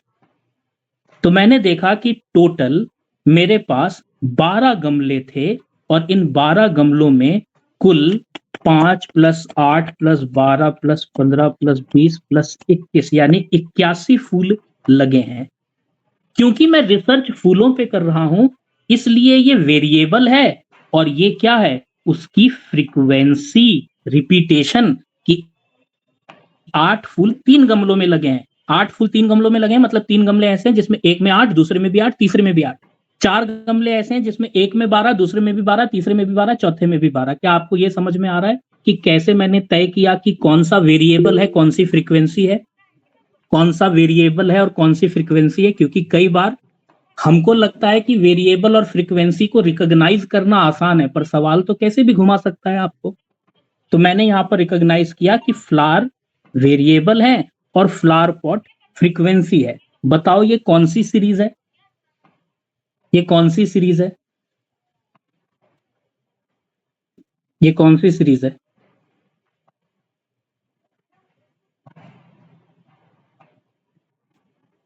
ये डिस्क्रीट सीरीज है। अच्छा, ये डिस्क्रीट सीरीज है। अच्छा, अब अगर मैं आपसे बोलूं, मैं अगर आपसे बोलूं कि 5 फूल मैंने देखा, एक गमला ऐसा था जिसमें 5 फूल लगे थे, 2 गमले ऐसे थे जिसमें 8-8 फूल लगे थे, 3 गमले ऐसे थे जिसमें 12-12 फूल लगे थे, 4 गमले ऐसे हैं जिसमें 15-15 फूल लगे थे, 5 गमले मैंने ऐसे देखे जिसमें 20-20 फूल लगे थे, और 6 गमले मैंने ऐसे देखे जिसमें 21-21 फूल लगे थे। अब आप मुझे बताओ, क्या अब ये इंडिविजुअल सीरीज बन जाएगी? क्या अब ये इंडिविजुअल सीरीज बन जाएगी? क्या ये सीरियल नंबर है? ये सीरियल नंबर नहीं है, ये सीरियल नंबर जैसे दिख रहे हैं। खाली कंफ्यूज करने के लिए वो आपको सीरीज दे देता है और पहचान करने के लिए कह देता है। अब यहीं पे एग्जाम में आया होता कि बताओ ये कौन सी सीरीज है, डिस्क्रीट सीरीज है, इंडिविजुअल सीरीज है, कंटिन्यूअस सीरीज है, और डी आ गया नन ऑफ दी अबव। तो मैं क्या बोलता है इसको? क्योंकि मैंने सीरियल नंबर देखा तो शायद मैं इसको इंडिविजुअल सीरीज बोल दूंगा, पर नहीं, ये है क्या, डिस्क्रीट सीरीज। तो आपको देखना पड़ेगा एक बार ऊपर की डेटा क्या दिया हुआ है, ठीक है ना, नंबर ऑफ फ्लावर पॉट है। जबकि इंडिविजुअल सीरीज में आप क्या करते हो, जैसे इंडिविजुअल सीरीज में जितनी भी वैल्यूज हैं उसको सीरियली अरेंज कर देते हो। जैसे अगर 21 वैल्यूज हैं तो 21 सीरियल नंबर डालेंगे और हर वैल्यू को आप इंडिविजुअली प्रेजेंट करोगे। वहां सीरियल नंबर होते हैं, सीक्वेंस में हर वैल्यू को इंडिविजुअली दिखाया जाता है। यहाँ सीरियल नंबर नहीं डाला था मैंने कहीं, वो आपको ये 1 2 3 देखकर सीरियल नंबर लगा, लेकिन जब आपने ऊपर पढ़ा तो ध्यान में आया कि ये तो सीरियल नंबर नहीं है, ये तो गमलों की संख्या बता रहा है कि 2 गमले ऐसे हैं जिसमें 8-8 फूल लगे हैं। तो यानी कि ये सीरियल नंबर तो नहीं है तो ये डिस्क्रीट सीरीज। लेकिन डिस्क्रीट सीरीज में कौन सी वेरिएबल है, कौन सी फ्रीक्वेंसी है, ये कैसे पता चलेगा? तो ये डिपेंड करता है कि रिसर्च किस पे करनी है। जैसे मुझे रिसर्च करनी है कि भाई इन गमलों में एवरेज फ्लावर्स कितने लगे हैं, तो एवरेज फ्लावर्स मेरे लिए वेरिएबल हो जाएगा, नंबर ऑफ गमले मेरे लिए फ्रीक्वेंसी हो जाएंगी। पॉइंट क्या मैं हाईलाइट करना चाहता हूं, कई बार हम कितनी साधारण चीज में गलती कर सकते हैं। मतलब कितनी साधारण चीज है ये रिकॉग्नाइज करना कि इंडिविजुअल सीरीज है, ये कंटिन्यूअस है और ये डिस्क्रीट सीरीज है। लेकिन कई बार इतनी साधारण चीज भी हमको परेशान कर सकती है, रिकॉग्नाइज करने में हमको दिक्कत हो सकती है। तो छोटी छोटी चीजें आपको ध्यान रखनी है। क्या एक बेसिक पहचान समझ में आई इंडिविजुअल, डिस्क्रीट और कंटिन्यूअस की? फिर हम आगे बढ़ेंगे, ठीक है? तो फटाफट से टाइप करना और फिर मैं आगे बढ़ूंगा। जिस सीरीज में सिर्फ वैल्यूज, फिक्स्ड वैल्यूज को प्रेजेंट किया जाता है इंडिविजुअली, वो कौन सी सीरीज हो गई? वो तो इंडिविजुअल हो गई। जहां पर फिक्स्ड वैल्यूज और उन वैल्यूज की रिपीटेशन को दिखाया जाए, वो कौन सी सीरीज हो गई? वो डिस्क्रीट हो गई। और जहां पर वैल्यूज फिक्स्ड ना हो, जहां पर वैल्यूज फिक्स्ड ना हो, ऑब्वियस सी बात है, जब वैल्यूज ही फिक्स्ड नहीं है तो उसका एकमात्र प्रेजेंटेशन ही हो सकता है और वो है कंटिन्यूअस सीरीज। आप उस डेटा को कंटिन्यूअस सीरीज में कन्वर्ट करके दिखा सकते हो। और अगर वैल्यूज फिक्स्ड हैं मगर बहुत ज्यादा हैं तो फिर आप उनको क्लासेस में कन्वर्ट करके दिखाते हो, और जब आप क्लास बनाते हो तो भी वैल्यूज डेफिनेट नहीं रहती हैं, क्योंकि जब मैं डेटा को क्लास में कन्वर्ट करके दिखाऊंगा 0 से 10, 10 से 20, तो मैं बताना चाहता हूं कि भाई जो मैं फ्रीक्वेंसी लिख रहा हूं उसकी वैल्यू 0 से 10 के बीच में फॉल करेगी, यानी कि फिक्स्ड नहीं है वैल्यू, सर्टेन नहीं। हाँ, बस इतना बता रहा हूं कि इन दो बिंदुओं के बीच में ही उसकी वैल्यू फॉल करेगी। तो ऐसी सीरीज जिसमें क्लास इंटरवल्स और उसकी फ्रीक्वेंसीज को दिखाया जाए वो कंटिन्यूअस सीरीज होती है। अब सीखने योग्य बात कंटिन्यूअस सीरीज में ही है। इंडिविजुअल सीरीज में बस इतना ही है, डिस्क्रीट सीरीज में बस इतना ही है, कंटिन्यूअस सीरीज में बहुत सारी चीजें हैं सीखने के लिए। तो आइए समझते हैं कंटिन्यूअस सीरीज कितने प्रकार की होती है। तो हमारा पूरा फोकस अब कंटिन्यूअस सीरीज पर रहेगा। कंटिन्यूअस सीरीज मेनली दो प्रकार की होती है, एक एक्सक्लूसिव और एक इंक्लूसिव।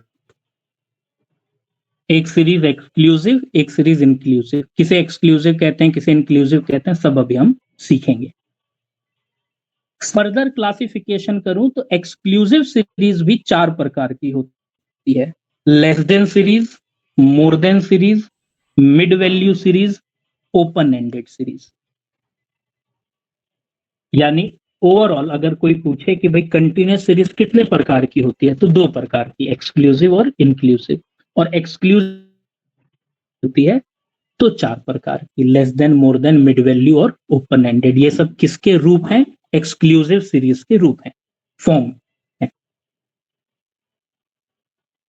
अब जब आप कोई भी स्टैटिस्टिकल मेथड अप्लाई करते हो और डेटा आपको कंटिन्यूअस सीरीज में कन्वर्ट करके दिया गया हो, मतलब आपको डेटा जो दिया है वो कंटिन्यूअस सीरीज में कन्वर्ट करके दिया है और आपको उस डेटा का एनालिसिस करना है कोई स्टैटिस्टिकल मेथड अप्लाई करके, जैसे कोई एवरेज निकालना है, या 2 डेटा के बीच में कोई कोरिलेशन निकालना है, या एक डेटा के आधार पर दूसरे डेटा को प्रिडिक्ट करना है जो रिग्रेशन में होता है। कोई भी स्टैटिस्टिकल मेथड आपको उस पर अप्लाई करना है तो एक शर्त होती है, कंटिन्यूअस सीरीज के साथ एक कंडीशन होती है। अगर कंटिन्यूअस सीरीज आपको एक्सक्लूसिव फॉर्म में दी गई है फिर तो ठीक है। अगर कंटिन्यूअस सीरीज अगर आपको एक्सक्लूसिव फॉर्म में दी गई है फिर तो ठीक है। लेकिन अगर कंटिन्यूअस सीरीज आपको इंक्लूसिव फॉर्म में दी गई है, या लेस देन के फॉर्म में, या मोर देन के फॉर्म में, या मिड वैल्यू के फॉर्म में, या ओपन एंडेड के फॉर्म में, अगर सीरीज आपको एक्सक्लूसिव फॉर्म में ना दी गई हो, किसी और फॉर्म में दी गई हो, तो उसको पहले एक्सक्लूसिव बनाना पड़ता है। अगर मुझे डेटा इंक्लूसिव सीरीज के फॉर्म में दिया गया होगा तो मुझे उसे पहले एक्सक्लूसिव में कन्वर्ट करना पड़ेगा। अगर मुझे डेटा लेस देन सीरीज के फॉर्म में दिया होगा तो मुझे उसे एक्सक्लूसिव में कन्वर्ट करना पड़ेगा। अगर data mid value, more than series के फॉर्म में दिया हो, मिड वैल्यू के सीरीज के फॉर्म में दिया हो, या ओपन एंडेड सीरीज के फॉर्म में दिया हो, हर केस में उसे पहले एक्सक्लूसिव में कन्वर्ट करना पड़ेगा। यानी क्या शर्त है कंटिन्यूअस सीरीज के साथ? First of all we need to make sure, हमको ये मेक श्योर करना है कि जो सीरीज है, कंटिन्यूअस सीरीज है, वो एक्सक्लूसिव फॉर्म एक मिनट यार, पानी पी क्या।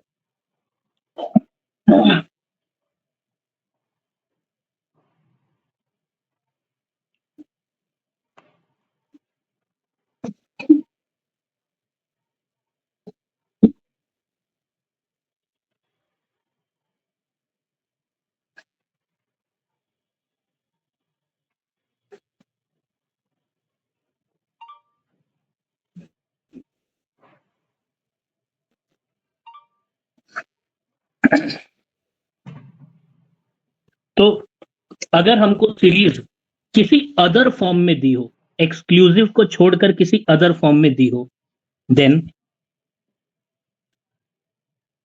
उसको पहले एक्सक्लूसिव फॉर्म में कन्वर्ट करना पड़ेगा before analysing the data set.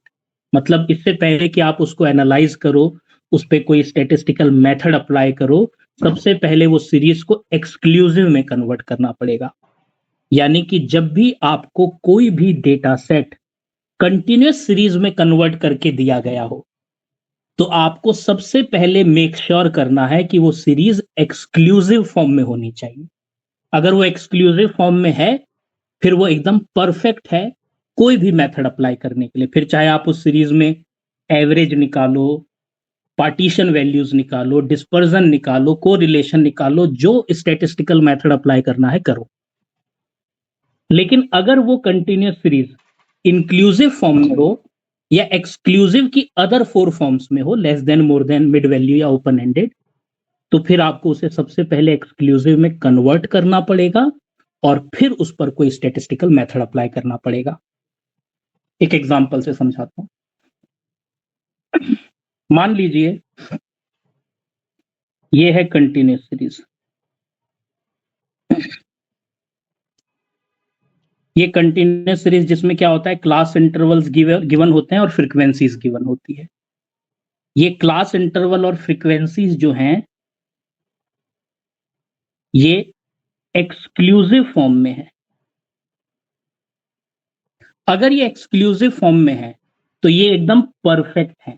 जैसे मान लो कि आपको एवरेज निकालना है, आपको एवरेज, जैसे आपको मीन कैलकुलेट करना है या मीडियन कैलकुलेट करना है या मोड कैलकुलेट करना है या कोरिलेशन कैलकुलेट करना है या स्टैंडर्ड डेविएशन कैलकुलेट करना है, कुछ भी कैलकुलेट करना है कंटिन्यूअस सीरीज में, तो वो एक्सक्लूसिव फॉर्म में है तो वो परफेक्ट है।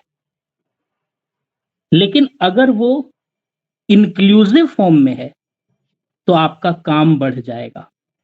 आपको सबसे पहले उसे एक्सक्लूसिव में कन्वर्ट करना होगा।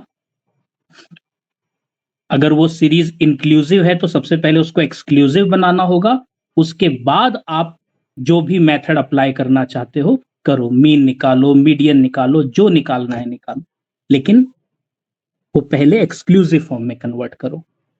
अगर मान लो कि आपको जो कंटिन्यूअस सीरीज दी गई है वो लेस देन के फॉर्म में दी गई, वो लेस देन सीरीज में कन्वर्ट करके दी गई है, तो पहले आप उसको एक्सक्लूसिव बनाओ, पहले आप उसको एक्सक्लूसिव फॉर्म में कन्वर्ट करो, उसके बाद जो भी स्टैटिस्टिकल मेथड अप्लाई करने हैं करो।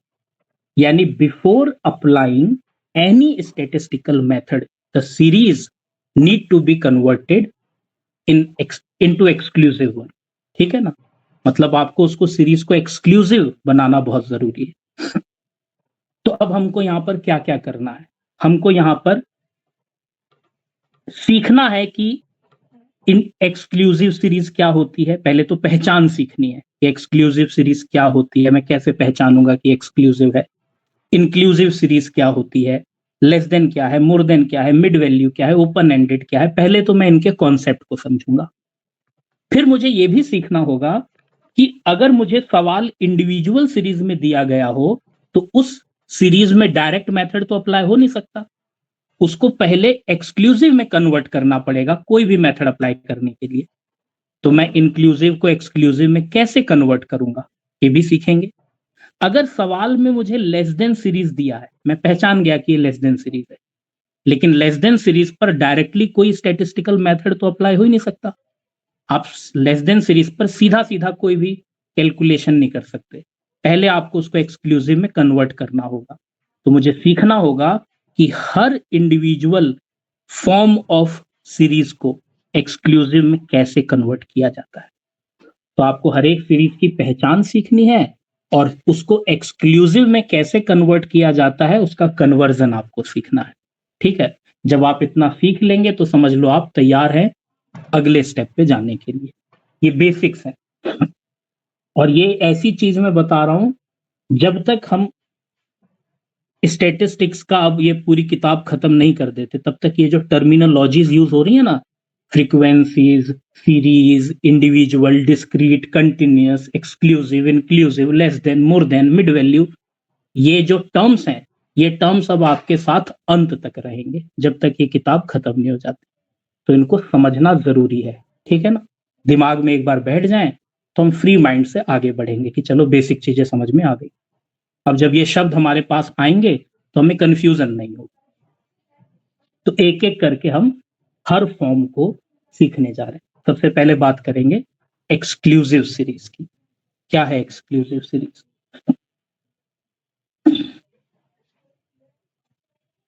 When the data are classified in such a way that upper limit of class interval is the lower limit of the succeeding class interval, then it is called to be the exclusive series। साधारण भाषा में बताता हूं। मान लो ये है एक class के मार्क्स का डेटा, मतलब एक क्लास में स्टूडेंट के मार्क्स का डेटा। मैंने कहा 0 से 10 नंबर लाने वाले 8 बच्चे, 10 से 20 नंबर लाने वाले 10 बच्चे, 20 से 30 नंबर लाने वाले 6 बच्चे, 30 से 40 नंबर लाने वाले 4 बच्चे। टोटल कितने बच्चों की बात हो रही है?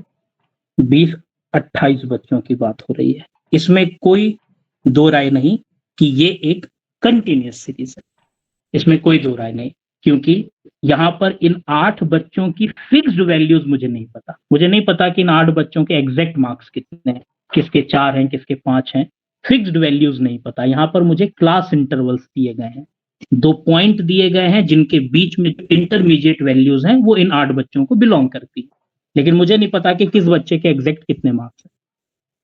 इसमें कोई डाउट नहीं कि ये एक कंटिन्यूअस सीरीज है, ये एक कंटिन्यूअस सीरीज है। लेकिन कंटिन्यूअस सीरीज में कौन सी सीरीज? क्योंकि कंटिन्यूअस सीरीज मेनली 2 प्रकार के होते हैं, मेनली एक एक्सक्लूसिव, एक इंक्लूसिव। तो ये एक्सक्लूसिव है या इंक्लूसिव है, इसका कैसे पता चलेगा? तो जब आप क्लास इंटरवल को देखेंगे, जब आपके पहले क्लास इंटरवल की अपर लिमिट और दूसरे क्लास इंटरवल की लोअर लिमिट, पहले क्लास इंटरवल की अपर लिमिट और दूसरे की लोअर लिमिट, मतलब उसकी सक्सीडिंग की, प्रीसीडिंग की अपर लिमिट और सक्सीडिंग की लोअर लिमिट, प्रीसीडिंग की अपर लिमिट और सक्सीडिंग की लोअर लिमिट जब सेम होती है, जब हर क्लास इंटरवल की अपर लिमिट और उसके सक्सीडिंग क्लास की लोअर लिमिट जब सेम होती है, यानी जहां पर पहला क्लास खत्म हो रहा है वहीं से दूसरा शुरू हो रहा है, जहां पे दूसरा खत्म हो रहा है वहीं से तीसरा शुरू हो रहा है। पहला 10 पे खत्म हुआ, दूसरा 10 से शुरू हुआ, दूसरा 20 पे खत्म हुआ, तीसरा 20 से शुरू हुआ, तीसरा 30 से खत्म हुआ तो चौथा 30 से शुरू हुआ। जहां पर एक क्लास खत्म हो रहा है अगला वहीं से शुरू हो रहा है। तो ऐसी सीरीज को हम स्पेसिफिकली एक्सक्लूसिव सीरीज बोलते हैं। ये कंटिन्यूअस सीरीज तो है, मगर कंटिन्यूअस में भी कौन सी? एक्सक्लूसिव सीरीज है। ठीक है। अच्छा, ये बता दूं कि ये जो 0 से 10 लिख रहा हूं, 10 से 20 लिख रहा हूं, ये सब क्या है? 0 से 10, 10 से 20, ये सब क्लास इंटरवल है। क्लास इंटरवल, क्लास इंटरवल में ये जो 0 है ये कहलाती है लोअर लिमिट, जिसको हम L1 से डिनोट करते हैं, और ये जो इसके ऊपर है दूसरा पॉइंट, ये है अपर लिमिट, जिसको हम L2 से डिनोट करते हैं। ठीक है। L1 और L2 के बीच में ये जो गैप है, ये जो अंतर है, इसे इंटरवल कहते हैं।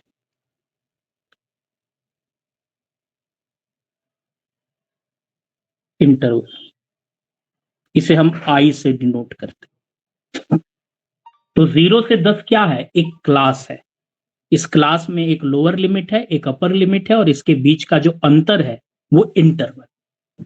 इसी तरह से एक क्लास इंटरवल 10 से 20 भी है, तो एक 20 से 30 भी है, एक 30 से 40 भी है।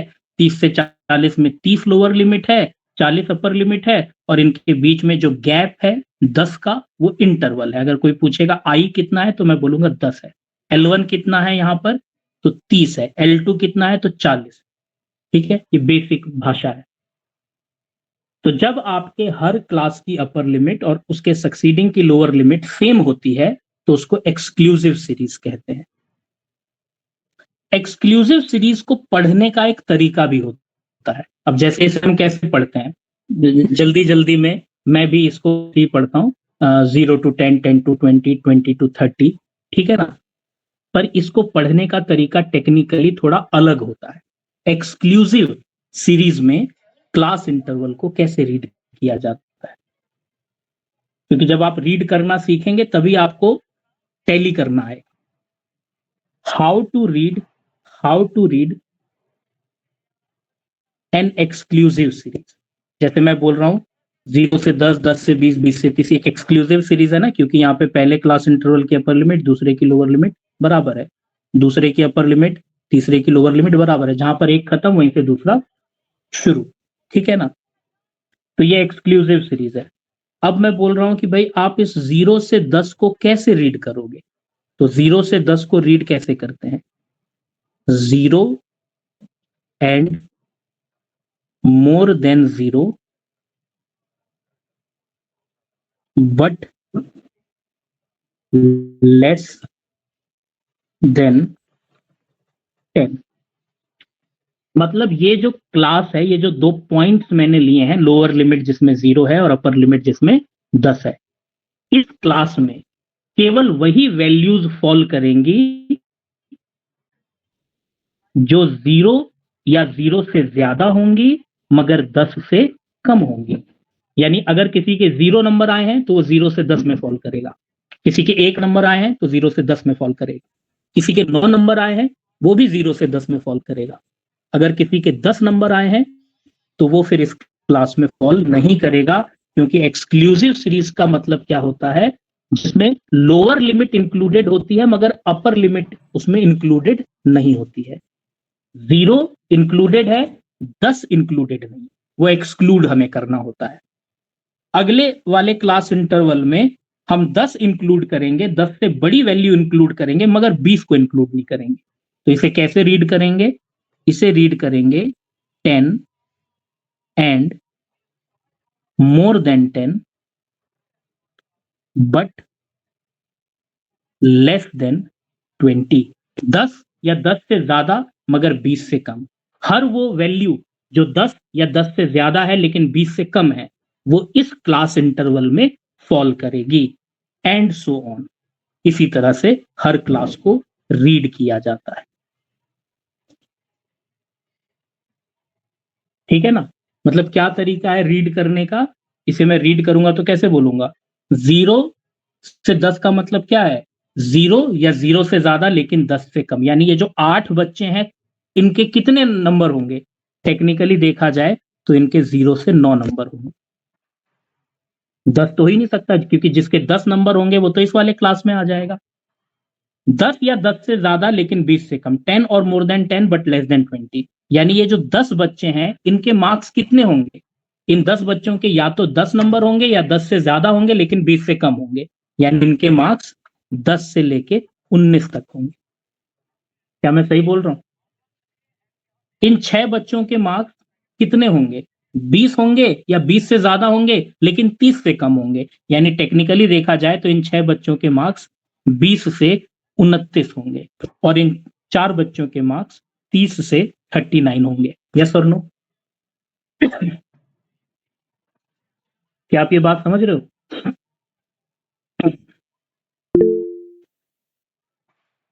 पता है, अगर मैं सीधे सीधे ऐसे ही लिख देता, जैसे मैं ऐसे ना लिखूं 0 से 10, 10 से 20, 20 से 30, जैसे कि 0 और 0 से ज्यादा लेकिन 10 से कम, 10 या 10 से ज्यादा लेकिन 20 से कम, मैं सीधे ऐसे ही क्यों नहीं लिख देता कि 0 से 9 नंबर लाने वाले 8 बच्चे हैं, 10 से 19 नंबर लाने वाले 10 बच्चे हैं, 20 से 29 नंबर लाने वाले 6 बच्चे हैं, 30 से 39 नंबर लाने वाले 4 बच्चे हैं।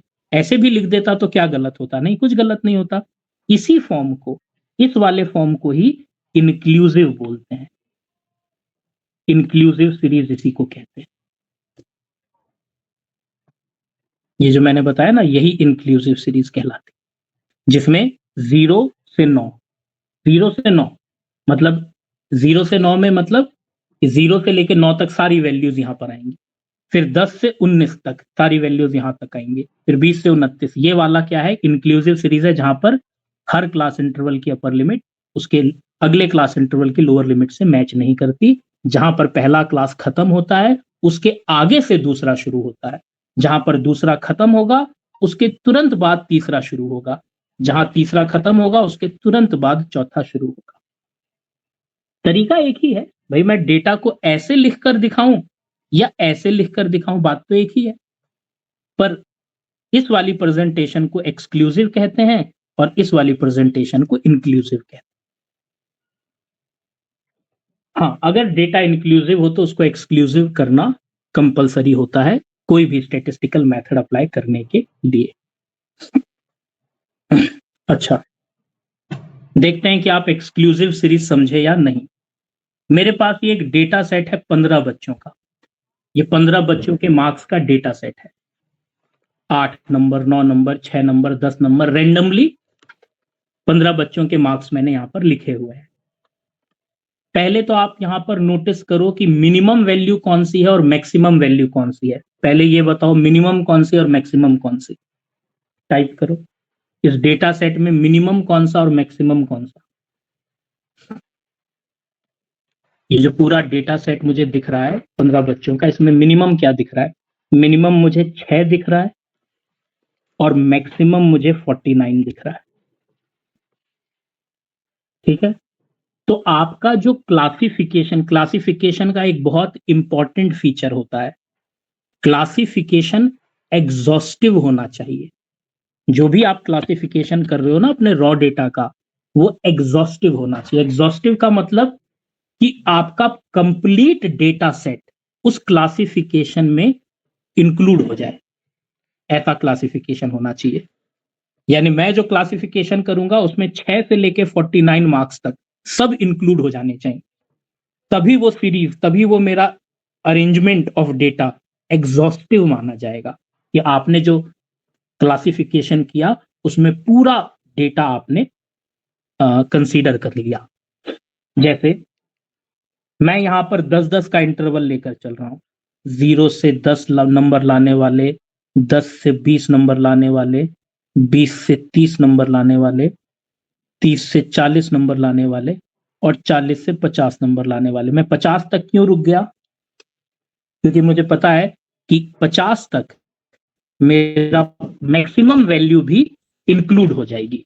0 से लेके 50 तक मैं मिनिमम से लेके मैक्सिमम तक सारी वैल्यूज को इंक्लूड कर लूंगा, यानी यहां तक मैं अपना पूरा डेटा सेट इसमें इंक्लूड कर सकता हूं, यानी ये मेरा एग्जॉस्टिव क्लासिफिकेशन हो जाएगा। एग्जॉस्टिव क्लासिफिकेशन मतलब ऐसा क्लासिफिकेशन जिसमें आपका पूरा रॉ डेटा इंक्लूड कर लिया हो, कंसीडर कर लिया हो।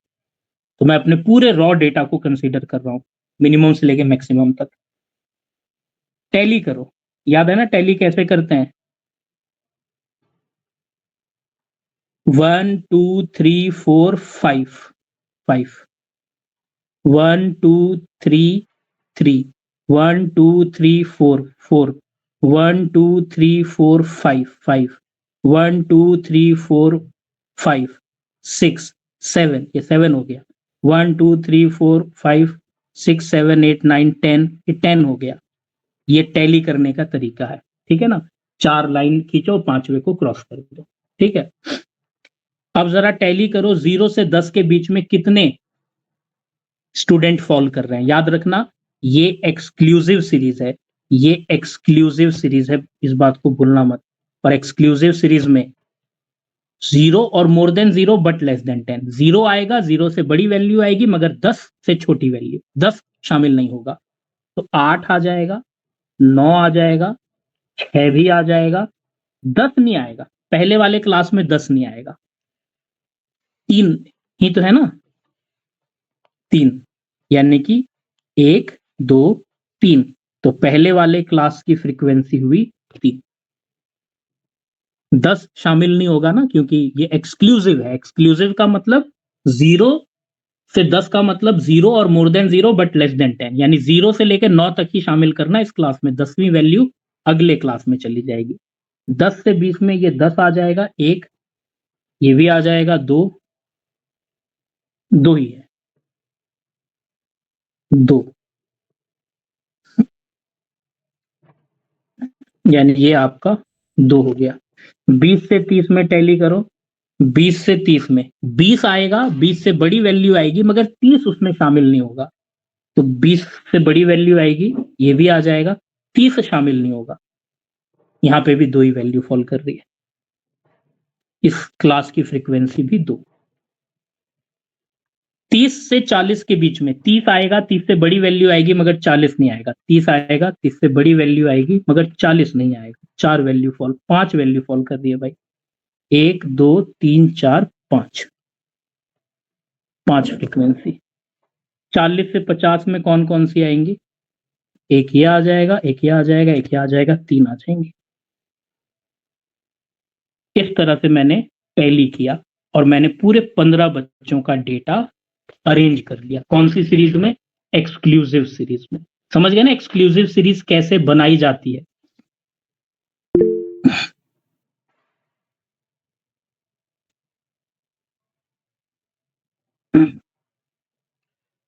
अरे यार एक मिनट चार्जर लगा दो।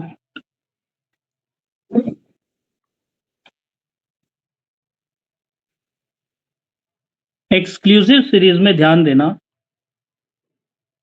in exclusive series there is no gap between upper limit and lower limit of 2 class intervals, है ना भाई? अगर मान लो एग्जाम्पल के लिए ये 0 से 10 है, ये 10 से 20 है, तो ये पहला क्लास इंटरवल का अपर लिमिट, ये दूसरे का लोअर लिमिट, इन दोनों के बीच में नो गैप। कोई गैप है क्या? जहां पहला खत्म वहीं से दूसरा शुरू। यानी एक्सक्लूसिव सीरीज में हर क्लास इंटरवल की अपर लिमिट और उसके सक्सीडिंग की लोअर लिमिट के बीच में कोई गैप नहीं होता है। एक एक जहां 10 से खत्म, 10 से शुरू, 20 से खत्म, 20 पे शुरू, 30 से खत्म, 30 पे शुरू। ठीक है ना? तो there is no gap between upper limit of first class interval and lower limit of succeeding class interval. Values equal to upper limit will not be included in a particular class interval। ये तो बात उसको समझ में आ ही जाएगी जो exclusive series को पढ़ना जानता है, क्योंकि अगर ये एक्सक्लूसिव सीरीज है तो इस क्लास इंटरवल की अपर लिमिट उस क्लास इंटरवल में शामिल नहीं होगी। यानी कि 0 से 10 में 10 उस क्लास में नहीं आएगा, 10 अगले क्लास में आएगा। यही चीज यहां पर लिखी हुई है कि भाई एक्सक्लूसिव सीरीज में वो वैल्यूज जो इक्वल होती हैं अपर लिमिट के, जो अपर लिमिट के इक्वल होती हैं, उन्हें उन पर्टिकुलर क्लास में शामिल नहीं किया जाता। जैसे मैं आपसे पूछूंगा कि 0 से 10 में कौन सी वैल्यू शामिल नहीं होगी? 10 इज टू बी एक्सक्लूडेड। 10 से 20 में 20 is to be excluded। ठीक है ना? यानी कि जो भी कंटिन्यूस, जो भी एक्सक्लूसिव सीरीज होती है उसमें कोई भी वैल्यू जो अपर लिमिट के बराबर होती है वो उस पर्टिकुलर क्लास इंटरवल में शामिल नहीं होती। ये तो ऑब्वियस सी बात है, जिसको ये पढ़ना आ जाएगा वो तो ये बात सीख ही जाएगा कि भाई 0 से 10 में 0 आएगा, 0 से बड़ी वैल्यू आएगी मगर 10 नहीं आएगा। 10 से 20 में 10 आएगा, 10 से बड़ी वैल्यू आएगी मगर 20 नहीं आएगा। ठीक है? क्या एक्सक्लूसिव सीरीज के बारे में जो पता होना चाहिए वो पता चल गया? एक्सक्लूसिव सीरीज समझ में आ गई क्या होती है, कैसे पहचान होती है? अब बात करेंगे इंक्लूसिव सीरीज की। कंटिन्यूस सीरीज के 2 मेन फॉर्म होते हैं, एक्सक्लूसिव और इंक्लूसिव। इंक्लूसिव सीरीज,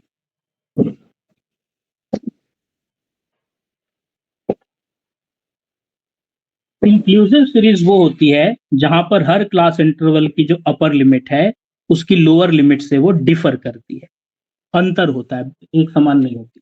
जैसे एक्सक्लूसिव में अपर लिमिट 10 है तो अगले की लोअर लिमिट भी 10 होगी। इंक्लूसिव में ऐसा नहीं होता है। ठीक है? जैसे एक एग्जांपल के लिए वही सेम डेटा सेट, वही 15 बच्चों का मार्क्स का डेटा मैं इस बार दोबारा अरेंज कर रहा हूं।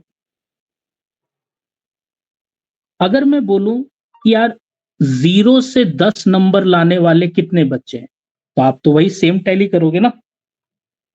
3 बच्चे हैं, अगर मैं बोलूं 10 से 20 नंबर लाने वाले कितने बच्चे हैं, वही, क्योंकि सवाल सेम है, डेटा सेट सेम है, तो 10 से 20 नंबर लाने वाले 2 बच्चे हैं। 20 से 30 नंबर लाने वाले कितने बच्चे हैं, 2 ही बच्चे हैं। 30 से 40 नंबर लाने वाले कितने बच्चे हैं, 5 बच्चे हैं। और 40 से 50 नंबर लाने वाले कितने बच्चे हैं, 3 बच्चे हैं। टोटल 15 बच्चों का ये डेटा है। ठीक है। एक बात बताओ, अगर मैं इस सीरीज को ऐसे लिखूं कि भाई टेक्निकली देखा जाए तो मैं 0 को इंक्लूड कर रहा हूं, 0 से बड़ी वैल्यू को इंक्लूड कर रहा हूं, मगर 10 को इंक्लूड नहीं कर रहा, यानी टेक्निकली मैं 0 से 9 को ही तो इंक्लूड कर रहा हूं। यानी मैं क्या कह सकता हूं कि 0 से 9 नंबर लाने वाले 3 बच्चे हैं। अगर मैं 10 को इंक्लूड कर रहा हूं, 10 से बड़ी वैल्यू को इंक्लूड कर रहा हूं, मगर 20 को इंक्लूड नहीं कर रहा हूं, तो क्या टेक्निकली मैं कह सकता हूं कि मैं 10 से लेके 19 नंबर लाने वाले बच्चों को इस ग्रुप में रख रहा हूं? क्या मैं यहां कह सकता हूं कि मैं 20 से 29 नंबर लाने वाले बच्चों को इस ग्रुप में रख रहा हूं? 30 से 39 और 40 से 49, क्या इससे मेरा प्रेजेंटेशन खराब हो गया? सेम ही चीज तो कह रहा हूं। आप डेटा को ऐसे प्रेजेंट करो, ऐसे प्रेजेंट करो या ऐसे प्रेजेंट करो, एक ही तो बात है, कह तो सेम ही चीज रहे हो, बस इसको हम एक्सक्लूसिव कह देते हैं, तो इसको हम इंक्लूसिव कह देते हैं। ये इंक्लूसिव हो गया, है एक ही चीज। आप सेम डेटा सेट को दोनों तरह से प्रेजेंट कर सकते हो, एक्सक्लूसिव बनाकर भी, इंक्लूसिव बनाकर भी। ठीक है ना, बात तो एक ही है। उससे फ्रीक्वेंसी पर कोई प्रभाव पड़ेगा? अगर मैं डेटा सेट को एक्सक्लूसिव में कन्वर्ट करूं या इंक्लूसिव में कन्वर्ट करूं, उससे फ्रीक्वेंसी पर तो कोई फर्क नहीं पड़ेगा ना। मैं 0 से 10 काउंट करूं, 10 से 20 काउंट करूं, 20 से 30 काउंट करूं, तो 3 2 5 2 यही आएगी फ्रीक्वेंसी। और अगर मैं ऐसे काउंट करूंगा तो भी फ्रीक्वेंसी सेम आएगी। यानी जब आप डेटा सेट को एक्सक्लूसिव फॉर्म में कन्वर्ट करो और उसी डेटा सेट को इंक्लूसिव फॉर्म में कन्वर्ट करो, इससे फ्रीक्वेंसी पर कोई प्रभाव नहीं पड़ता। ठीक है ना। बस क्या फर्क आ जाता है कि भाई यहां पर जो पहले क्लास इंटरवल की अपर लिमिट थी वो उसके लोअर लिमिट के बराबर नहीं है, डिफर कर रही है ना। यहां पर जो इसकी अपर लिमिट है इसके लोअर लिमिट के बराबर नहीं है, यहां जो इसकी अपर लिमिट है इसके लोअर लिमिट के बराबर नहीं है। पहले बराबर थी, पहले 10 पे खत्म तो 10 से शुरू, 20 पे खत्म तो 20 से शुरू, अब क्या है 9 पे खत्म अगला 10 से शुरू, 19 पे खत्म अगला 20 से शुरू, कंटिन्यूटी है। मगर आप देख रहे हो कि यहाँ पर जो अपर लिमिट और लोअर लिमिट है दो कंटिन्यूस क्लास इंटरवल्स की, वो बराबर नहीं है, सेम नहीं है। तो ऐसी सीरीज को हम क्या बोलते हैं, इंक्लूसिव सीरीज कहते हैं। ये इंक्लूसिव सीरीज कहलाएगी। इसे कैसे रीड करेंगे, इसे रीड करने का क्या तरीका होगा? तो क्या मैं 0 से 9 को ऐसे बोलूं कि 0 and more than 0 but less than 9? नहीं नहीं भाई, अगर ये इंक्लूसिव है तो इसका मतलब इसे मैं रीड करूंगा 0 to 9, यानी 0 से लेकर 9 तक सारी वैल्यूज इस क्लास में फॉल करेंगी। 10 से 19 को मैं रीड करूंगा 10 to 19, यानी कि 10 से लेकर 19 तक सारी वैल्यूज इस क्लास में फॉल करेंगी। ठीक है, इसमें कुछ भी एक्सक्लूड नहीं होगा, इसमें कुछ भी एक्सक्लूड नहीं होगा। ये एक्सक्लूसिव नहीं है, ये इंक्लूसिव है, क्योंकि इस क्लास में जो दोनों पॉइंट्स हैं, दोनों पॉइंट्स के बराबर वैल्यू इसी क्लास में फॉल करेंगी। यहां पर जो 2 पॉइंट्स हैं 10 से लेके 19, इन दोनों पॉइंट्स के बराबर वैल्यू इसी क्लास में फॉल करेंगी। ठीक है, तो इंक्लूसिव जिसमें हम किसी को भी एक्सक्लूड ना करें। जैसे मैं इसमें क्या कर रहा था, एक्सक्लूसिव में इसमें एक को एक्सक्लूड कर दे रहा था, 0 से 10 में 10 को एक्सक्लूड कर दे रहा था, 10 से 20 में 20 को एक्सक्लूड कर दे रहा था। यहाँ पर 0 से 9 में कुछ भी एक्सक्लूड नहीं होगा भाई, सब इंक्लूडेड रहेगा। 0 से 9 सारी इसी क्लास में फॉल करेंगे, 10 से 19 सारी इसी क्लास में फॉल करेंगे। क्या आपको इंक्लूसिव सीरीज समझ में आ रहा है? याद रखना, इंक्लूसिव एक्सक्लूसिव एक ही चीज है, बस दिखाने के अलग अलग तरीके हैं। मैं कह रहा हूं क्या कोई फर्क आ गया क्या? वही सेम सवाल को मैं ऐसे भी दिखा सकता हूं, वही सेम सवाल को मैं ऐसे भी दिखा सकता हूं। बस आपको पता होना चाहिए कि इस फॉर्म को एक्सक्लूसिव कहते हैं, इस फॉर्म को इंक्लूसिव कहते हैं। और हमारा स्टैटिस्टिकल रूल है, हमारा स्टैटिस्टिक्स में एक नियम है कि अगर सीरीज इंक्लूसिव हो तो उसको एक्सक्लूसिव में कन्वर्ट आपको करना पड़ेगा। इससे पहले कि आप फर्दर एनालिसिस करो, उसे एक्सक्लूसिव में कन्वर्ट करना पड़ेगा। तो आपने एक्सक्लूसिव में क्या नोटिस किया, इंक्लूसिव में क्या नोटिस किया? पहला, जो difference between upper limit of A class and lower limit of succeeding class होता है वो 1 होता है, जनरली बोल रहा हूं। जैसे एक एग्जांपल के लिए आप देखो 0 से 9, 10 से 19, 20 से 29। तो ये जो पहले क्लास इंटरवल की अपर लिमिट है, दूसरे की लोअर लिमिट है, इसमें आपको कितना गैप दिखाई दे रहा है? इसमें गैप दिखाई दे रहा है 1 का। इसी तरह से ये अपर लिमिट है, ये लोअर लिमिट है, इसमें आपको कितना गैप दिखाई दे रहा है?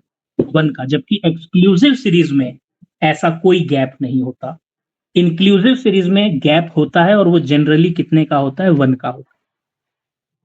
अच्छा, मैं आपसे एक सवाल पूछूंगा अब। एक क्लास इंटरवल है, ये फ्रीक्वेंसी है 0 से 10, 10 से 20, ये तो अलग करते हैं थोड़ा, 0 से 5, 5 से 8, 8 से 12, 12 से 20, 20 से 30, ये 2, ये 5, ये 6, ये 4, ये 1। ये कौन सी सीरीज है? इसमें तो कोई दो राय नहीं कि ये कंटिन्यूअस सीरीज है। अब कंटिन्यूअस में भी ये एक्सक्लूसिव सीरीज है या इंक्लूसिव सीरीज है? कौन सी सीरीज?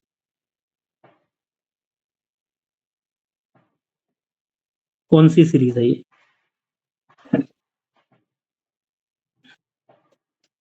जल्दी टाइप कीजिए, ये एक्सक्लूसिव सीरीज है। अच्छा एक बात बताओ, एक्सक्लूसिव कैसे है? यहां पर तो 5 का इंटरवल है, देखो यहां पर आई बराबर 5 है, यहां पर आई बराबर 3 है, यहां पर आई बराबर 4 है। आई समझ गए ना, लोअर लिमिट अपर लिमिट का डिफरेंस। यहां पर आई बराबर 8 है, यहां पर आई बराबर 10 है। तो ये एक्सक्लूसिव कैसे हुआ? इससे कोई फर्क नहीं पड़ता कि इंटरवल किस क्लास में कम है, किस में ज्यादा है। यानी सीरीज इक्वल होना जरूरी नहीं है। एक्सक्लूसिव को कैसे पहचान करते हैं कि भाई अपर लिमिट और लोअर लिमिट अगले की सेम होनी चाहिए, upper limit lower limit same होनी चाहिए, upper limit lower limit same होनी चाहिए। ये क्राइटेरिया तो मैंने कहीं रखा ही नहीं कि इंटरवल भी बराबर होना चाहिए।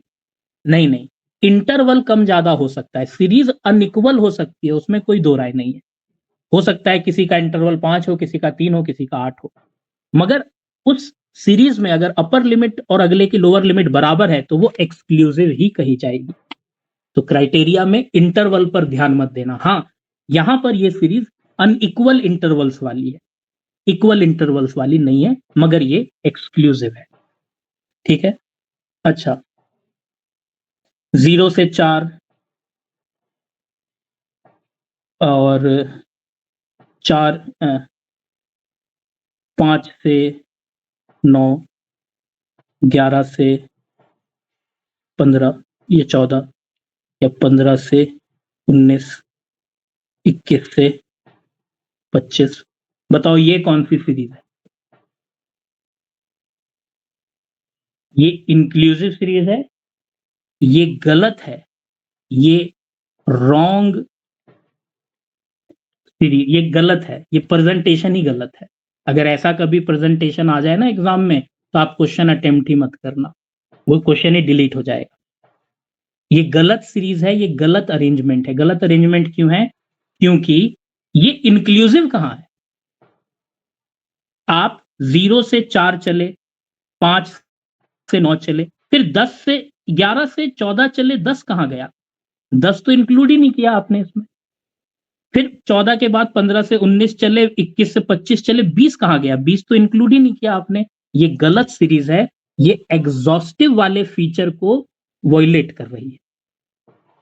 Classification must be exhaustive. फिर से मैं ये शब्द पे फोकस करूंगा। एग्जॉस्टिव का मतलब होता है कि जब आप अपने डेटा सेट की हर वैल्यू को अपने क्लासिफिकेशन में कंसीडर करें, लेकिन आपके क्लासिफिकेशन में 10 तो छूट जा रहा है, 20 तो छूट जा रहा है। अगर किसी बच्चे के 10 नंबर आए होंगे तो वो कौन से क्लास में फॉल करेगा? अगर किसी बच्चे के 20 नंबर आए होंगे तो वो कौन सी क्लास में फॉल करेगा? ये रॉन्ग अरेंजमेंट है। इंक्लूसिव सीरीज में भी कंटिन्यूटी होनी बहुत जरूरी है। अगर मैं बोलूं 0 से 4, 5 से 9, 10 से 14, 15 से 19, 20 से 24, अब ये इंक्लूसिव सीरीज है। कंटिन्यूटी मस्ट बी देयर, वरना वो कंटिन्यूस कैसे रहेगी? उसमें आपने सारी वैल्यूज को इंक्लूड कहां किया? 0 से 4 यहां आ जाएंगी, 5 से 9 यहां आ जाएंगी, 10 से 14 यहां आ जाएंगी, 15 से 19 यहां आ जाएंगी, 20 से 24 यहां आ जाएंगी, यानी कि सारी वैल्यूज को आप अपने क्लासिफिकेशन में जगह दे रहे हो। तो हाँ, ये सीरीज कंटिन्यूअस सीरीज है, और क्योंकि यहां पर जहां पे पहला खत्म उसके आगे से दूसरा शुरू, पहले की अपर लिमिट दूसरे की लोअर लिमिट बराबर नहीं है, तो ये कौन सी सीरीज हो गई? इंक्लूसिव। और इंक्लूसिव में आपको गैप कितने का देखने को मिलेगा? जनरली 1 का ही देखने को मिलेगा। बताइए, अगर मैं एक क्लास 0 से 4 शुरू करूं और अगला 6 से 9 शुरू करूं, तो यहां पे पहले का क्लास इंटरवल की अपर लिमिट और दूसरे की लोअर लिमिट बराबर नहीं है, तो क्या ये इंक्लूसिव हो गई? नहीं नहीं, इंक्लूसिव नहीं हुई, क्योंकि यहां पर गैप कितना है? 2 का है। 2 का गैप अलाउड नहीं है भाई। अगर 2 का गैप है, इसका मतलब एक वैल्यू छूट रही है। 0 से 4 के बाद आप 6 से शुरू कर रहे हो, तभी तो 2 का गैप आ रहा है ना, यानी 5 छूट रहा है। 5 छूट रहा है तो ये अरेंजमेंट गलत है, क्योंकि इसमें 5 इंक्लूड नहीं किया गया है। अगर किसी यूनिट की वैल्यू 5 हुई तो वो कौन सी क्लास में फॉल करेगा? वो तो ना इसमें आएगा ना इसमें आएगा, वो तो छूट जाएगा। इसीलिए मैंने बोला कि इंक्लूसिव सीरीज में जनरली ये गैप 1 होता है। क्या आप ये बात समझे? मैंने इस बात को समझाने के लिए एग्जांपल दिया कि ये मैंने क्या लिखा। The difference between upper limit and lower limit जो होता है वो जनरली 1 होता है। 1 से कम हो सकता है बहुत रेयर केसेस में, 1 से ज्यादा तो कभी नहीं हो सकता, इसीलिए मैंने जनरली बोला। ठीक है, ये पहचान करने का तरीका है भाई। Values equal to lower limit and upper limit both will be included in the same class interval. क्या ये बात आप समझे या समझाना है? क्या ये नोट आप समझ गए जो मैंने लिखा? क्या कहना चाह रहा हूँ इस नोट में? अगर ये नोट लिखा हुआ समझ में आ रहा है तो हैंड रेज करो, क्योंकि यही चीज मैं ऊपर से बोलते जा रहा हूँ। क्या आप समझ पा रहे हो नोट क्या है? अगर समझ पा रहे हो ना तो मेरे को एक सवाल का जवाब दो।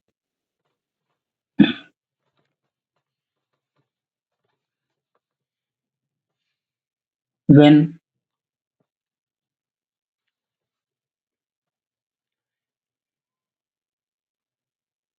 values equal to upper limit is not taken in a particular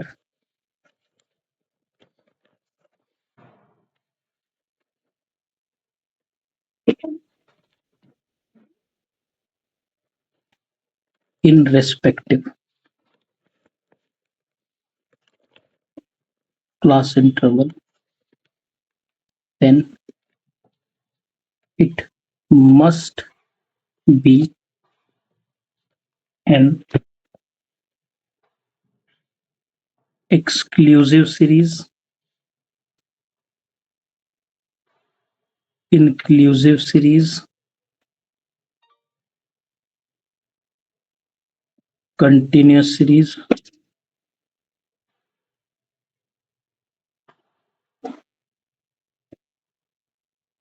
both. A and C. बताना क्या आंसर होगा।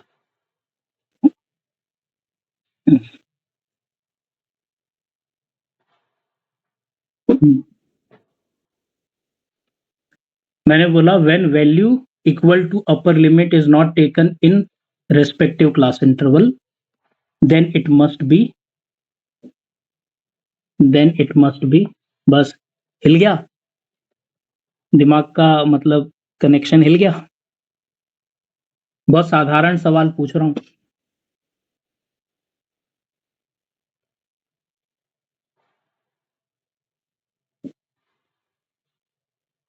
एक बात बताओ, जब हम किसी क्लास इंटरवल में, किसी पर्टिकुलर क्लास इंटरवल में अपर लिमिट को इंक्लूड नहीं करते, नॉट टेकन यानी इंक्लूड नहीं करते, तो वो कौन सा क्लास इंटरवल होता है? कौन सी सीरीज होती है वो? टाइप करो, वो कौन सी सीरीज होती है?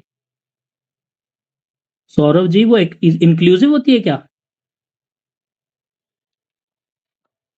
मैं बोल रहा हूँ नॉट टेकन, नॉट जिसमें हम अपर लिमिट को इंक्लूड नहीं करते, जैसे 0 से 10, 10 से 20 में 0 से 10 में 10 को इंक्लूड नहीं करेंगे, 10 से 20 में 20 को इंक्लूड नहीं करेंगे। कैसे पढ़ते हैं? 0 और 0 से ज्यादा लेकिन 10 से कम, 10 या 10 से ज्यादा लेकिन 20, है ना? अच्छा, क्या एक्सक्लूसिव सीरीज कंटिन्यूअस होती है? एक्सक्लूसिव सीरीज हो, इंक्लूसिव सीरीज हो, होती तो कंटिन्यूअस ही है ना। तो भाई है तो कंटिन्यूअस सीरीज ही, लेकिन कंटिन्यूअस में कौन सी एक्सक्लूसिव? तो दोनों ही ठीक है, डी ठीक है। क्या एक्सक्लूसिव सीरीज कंटिन्यूअस नहीं होती? तो हाँ, वो पर्टिकुलरली है तो एक्सक्लूसिव सीरीज, लेकिन एक्सक्लूसिव सीरीज कौन सी सीरीज होती है? कंटिन्यूअस सीरीज होती है। तो आंसर डी होना चाहिए इसका, ना कि सिर्फ ए होना चाहिए। क्या आप मेरी बात समझे कि इसका आंसर डी क्यों होना चाहिए? अरे भाई, एक्सक्लूसिव सीरीज कंटिन्यूअस का ही तो प्रकार है। अगर मैं बोलूं कि ये सीरीज एक्सक्लूसिव है, तो क्या मैं ये बोलूंगा कि ये एक्सक्लूसिव है मगर कंटिन्यूअस नहीं है? ऐसा हो सकता है क्या? अगर एक्सक्लूसिव है तो कंटिन्यूअस तो होगी ही, अगर इंक्लूसिव है तो कंटिन्यूअस तो होगी ही। इंक्लूसिव, एक्सक्लूसिव, कंटिन्यूअस के ही तो दो प्रकार हैं। तो अगर कोई सीरीज एक्सक्लूसिव है तो ऑब्वियस सी बात है वो कंटिन्यूअस भी होगी ही। तो हाँ, ये सीरीज एक्सक्लूसिव और कंटिन्यूअस है, या ऐसे बोलूंगा कंटिन्यूअस और एक्सक्लूसिव है। ए और सी ठीक है मेरा आंसर, मतलब डी ठीक है मेरा आंसर। अगर ये ऑप्शन समझ में आए, सवाल समझ में आए तो हैंड रेस करो भाई। मैं आपको एक व्यू देना चाहता हूं कि सवाल कैसे भी आ सकते हैं। आप किसी भी मटेरियल को अन्यथा ना लें। मतलब आपको अगर कोई चीज आसान लग रही हो तो हम उसको बहुत लाइटली ना लें। वो आसान चीज भी आपको कई बार परेशान कर देती है। छोटी छोटी चीज जो हमें लगता है आ गई, पर जब हम उसको एक अलग भाषा में अपने सामने देखते हैं, अलग रूप में अपने सामने देखते हैं, तो वही आसान सी चीज हमको मुश्किल लगने लगती है। दूसरा सवाल, यहाँ आप क्या, देखो ऑप्शंस ऐसे चुने हैं कि आप ऑप्शंस में गलती कर दोगे। अब कोई बोलेगा कि ए ठीक है ना, तो ए तो ठीक है मगर सी भी ठीक है। अब एक सवाल है, when values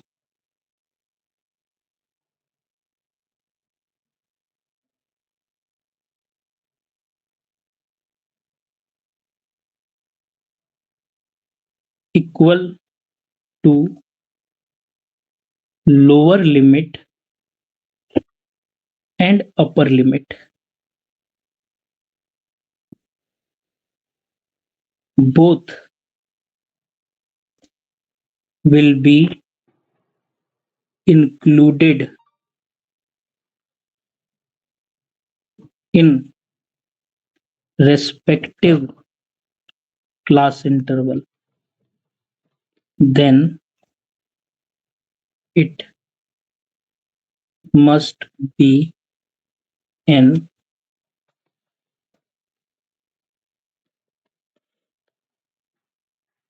exclusive series inclusive series less than series या none of the above।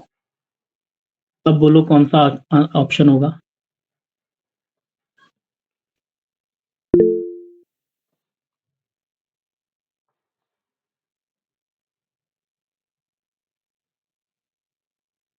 क्या होगा?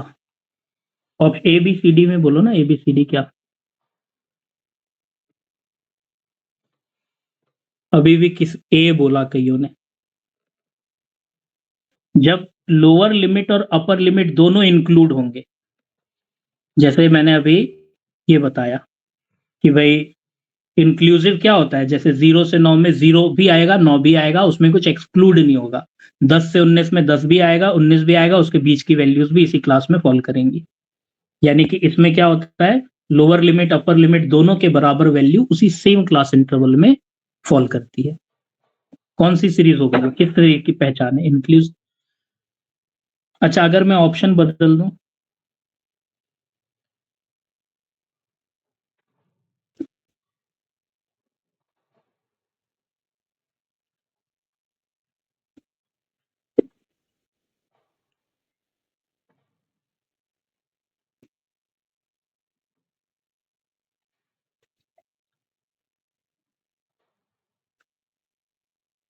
अब क्या होगा मेरा आंसर?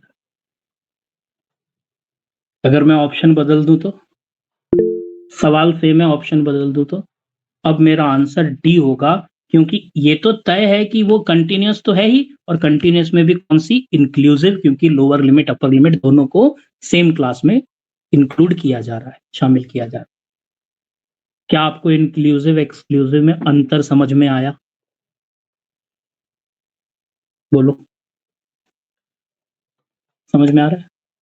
छोटी छोटी चीजें जो हमको लगता है कि हम समझ गए हैं और यहाँ हम गलती नहीं करेंगे, आप नोटिस कर रहे होंगे कि आप वहां पे भी गलतियां कर देते हो। तो इन चीजों को ही सुधारने की आवश्यकता है, जो कि पढ़ते पढ़ते आती है ना। मैं तो आपको इसलिए बता पा रहा हूँ क्योंकि मेरे दिमाग में सारी चीजें मौजूद हैं। आपके दिमाग में भी ये बातें रहें, इसके लिए आपको इसको बहुत बार रिवाइज करना होगा, ताकि ये छोटी छोटी चीजें एग्जाम के टाइम में दिमाग से ना चली जाएं, क्योंकि एग्जाम के टाइम में फिर केवल मोटी मोटी बातें याद रहती हैं।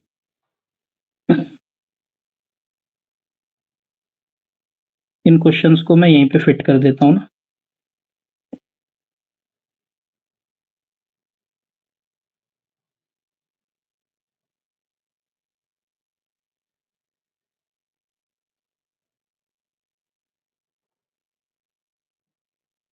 जूम करके तो दिख ही जाएगा।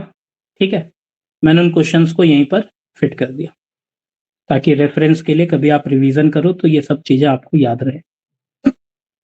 तो मुझे उम्मीद है कि मैं आपको बता पाया कि कंटिन्यूस सीरीज में, पहले तो कंटिन्यूस सीरीज क्या होती है और कंटिन्यूस सीरीज में एक्सक्लूसिव क्या होता है, इंक्लूसिव क्या होता है, दोनों में क्या बेसिक अंतर है। अगर यहां तक बात क्लियर है तो हैंड रेस कीजिए, यहां तक अगर बात क्लियर है तो। अब हमें ये सीखना है कि इंक्लूसिव को एक्सक्लूसिव में कैसे कन्वर्ट करना है, और एक्सक्लूसिव सीरीज के ये जो 4 प्रकार होते हैं ये क्या है, ये इसको कैसे पहचानेंगे, और इनको एक्सक्लूसिव में कैसे कन्वर्ट करेंगे। तो इस पर हम लोग कल चर्चा करेंगे। पूरा प्रयास रहेगा कि ये पीडीएफ हमारा, ये स्टैटिस्टिकल सीरीज वाला जो कॉन्सेप्ट है, कल समाप्त हो जाए। ठीक है, फिर उसके बाद हम अगले कॉन्सेप्ट पर आएंगे अपने। तो यहां तक आप एक बार रिवाइज कर लेना, कल इसी टाइम पे फिर मिलते हैं।